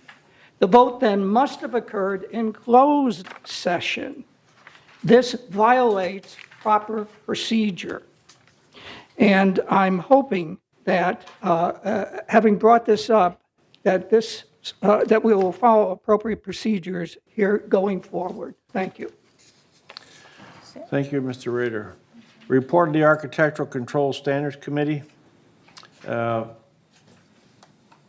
reported on the February meeting in March, and then so there's the next meeting will be in April 21st, and we had to cancel the March meeting because there was nothing to report on. So report of the Members Hearing Committee, Director Ardani. Okay. The member hearing committee held on March 24th, and we had a few cases. And the next meeting going to be April 28 at 9 a.m. Thank you, Director Ardani. Report of the Governing Documents Review Committee, Director Blackwell. There was no meeting this last month. Our next meeting will be next week, April 21st at 1:30. Thank you. Report of the Security and Community Access Committee, Director Bastani.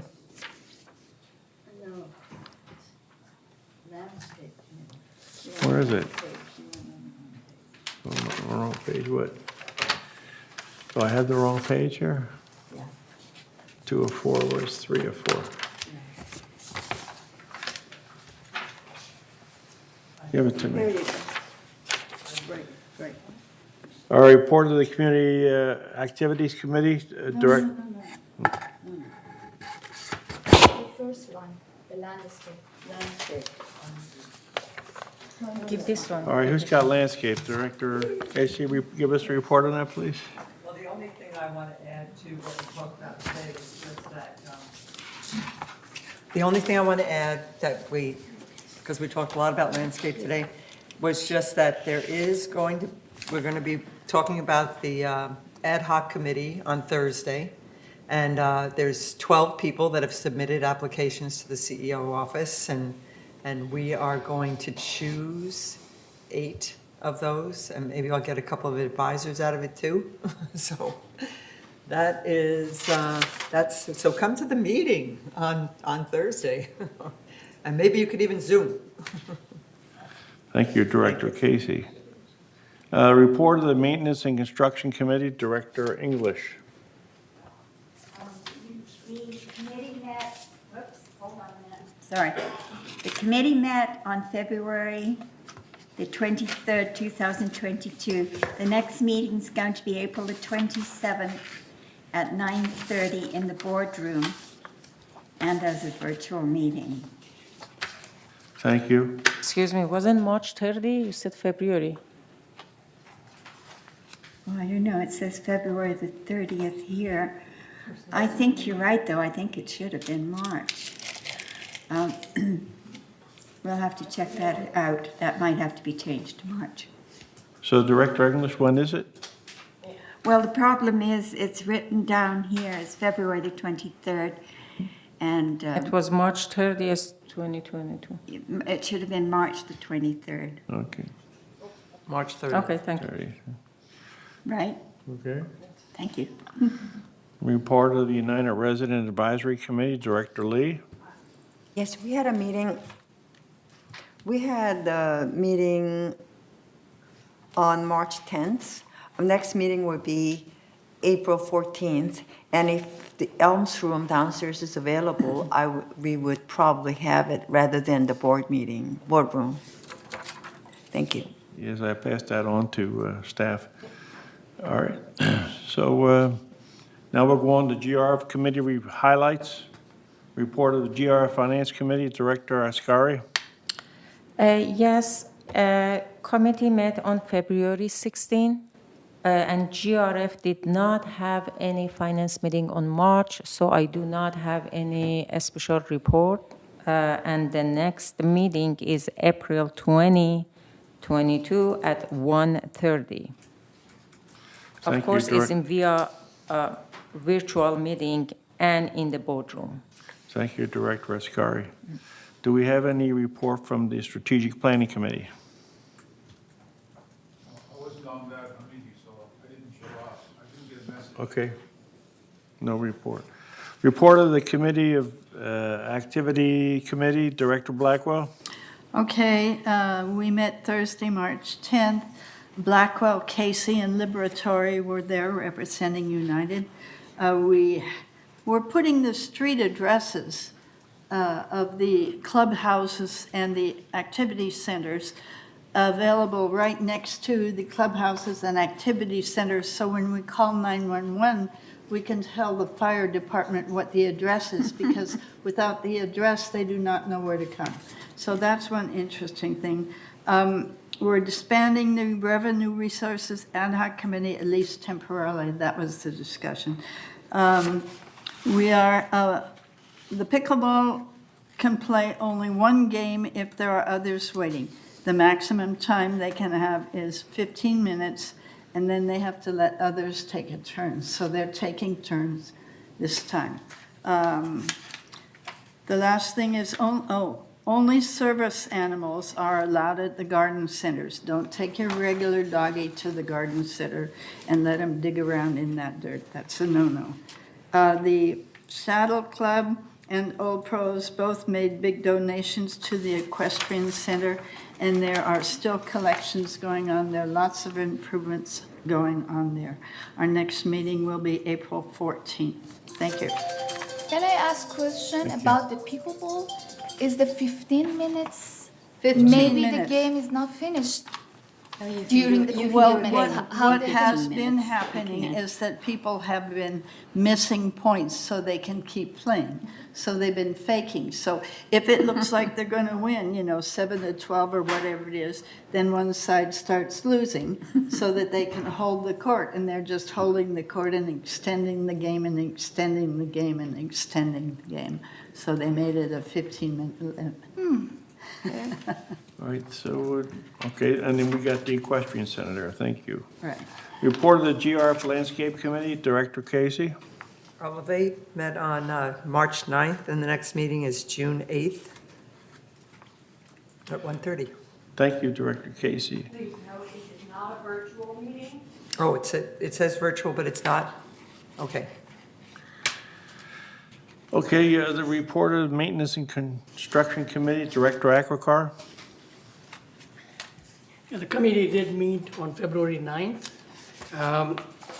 The next meeting is on April 13th, which is tomorrow at 9:30 a.m.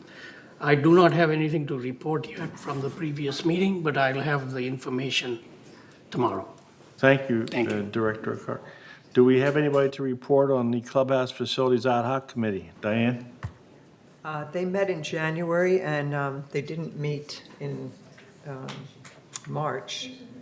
So I don't have anything to report, and it's to be announced, so I don't have a date. Thank you, Director Casey. Report of the Media and Communications Committee, Director Ardani. The meeting met at March 21st, and we have a few items to discussion. And we have a few reports from Ms. Eileen Pauline, Ms. Rodrock from the website Ad Hoc Committee, broadband service report from Mr. Ortiz, the Weather Channel staff report, Mr. Ortiz, Channel 1 Russia staff report from Mr. Ortiz, and closed captioning staff report from Mr. Ortiz. And the next meeting is going to be April 18th. Thank you. Thank you. Report of the Mobility and Vehicles Committee. Okay. I was there and Director Ross was there also. We have asked staff to consider, to look into buying used vehicles. And they're to be looking at the possibility of doing that and checking out if that is possible or not. We also, ridership, this is mobility, yeah. Ridership is up.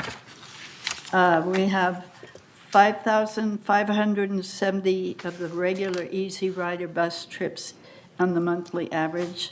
We have Journey, which is just to your doctor's appointments. We have 572 of those a month. And Boost, which is the after-hours program, has 316 users of rides a month. So ridership is up. It's going very well. And they're able to they're hoping to open up the weekend use for Boost again soon. They've extended it to Sundays for transportation to church, and we're hoping that that will work out. Thank you. And we meet again June 1st at 1:30. Okay, thank you. And do we have a report on the Security and Community Activities Access Committee? Yes, I was there. Mr. Bastani was not, and we met. And Dwelling Live, let's see. The Dwelling Live is done for residents who cannot make a, let me think. All right. I can't read my notes here. Okay. Okay.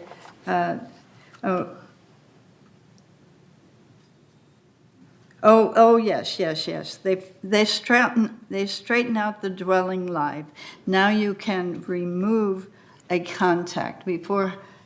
Before recently, you could not remove a contact once you had given a gate pass issued. There was no way of getting that person off the list, so you had to go on and make adjustments to. It was very hard to get on a regular entry. And they fixed that one up, so that's the good news. We will be meeting April 25th at 1:30. And that's that Thank you. report. Thank you. Okay, Laguna Woods Village traffic hearings, Director Ardani. The hearing were held on March 16, and we have few traffic violation, mostly about the failure to obey stop sign. And the next meeting will be on April 20th. Thank you, Director Ardani. Report of Disaster Preparedness Task Force, Director Casey. Yes, they met on March 29th, and it was interesting to find out how they have drills where they communicate to each other, the different staff at different clubhouses with their radios, so that they know that they can be in touch during an emergency. And I'm interested in that because I'm a ham radio operator, and I know they do have a group here. So they're going to meet again on May 31st. Thank you, Director Casey. And this next one is interesting, the Information Technology Advisor Committee. That's a mouthful. What do you got going there? Well, that's our new ERP system, the big one, to replace what we have, and which was in need of an upgrade. So they're just waiting for the contract to be approved by the vendor. So it's out to the vendor, and who knows, it could have gotten approved since the last time we met 2 weeks ago. But we're going to meet this Friday, so, yes. Okay. All right, number 17, future agenda items. All matters listed under future agenda items are resolutions on 28-day public review or items for future board meetings. No action will be taken by the board on these agenda items here in this meeting. And number 18. Recess.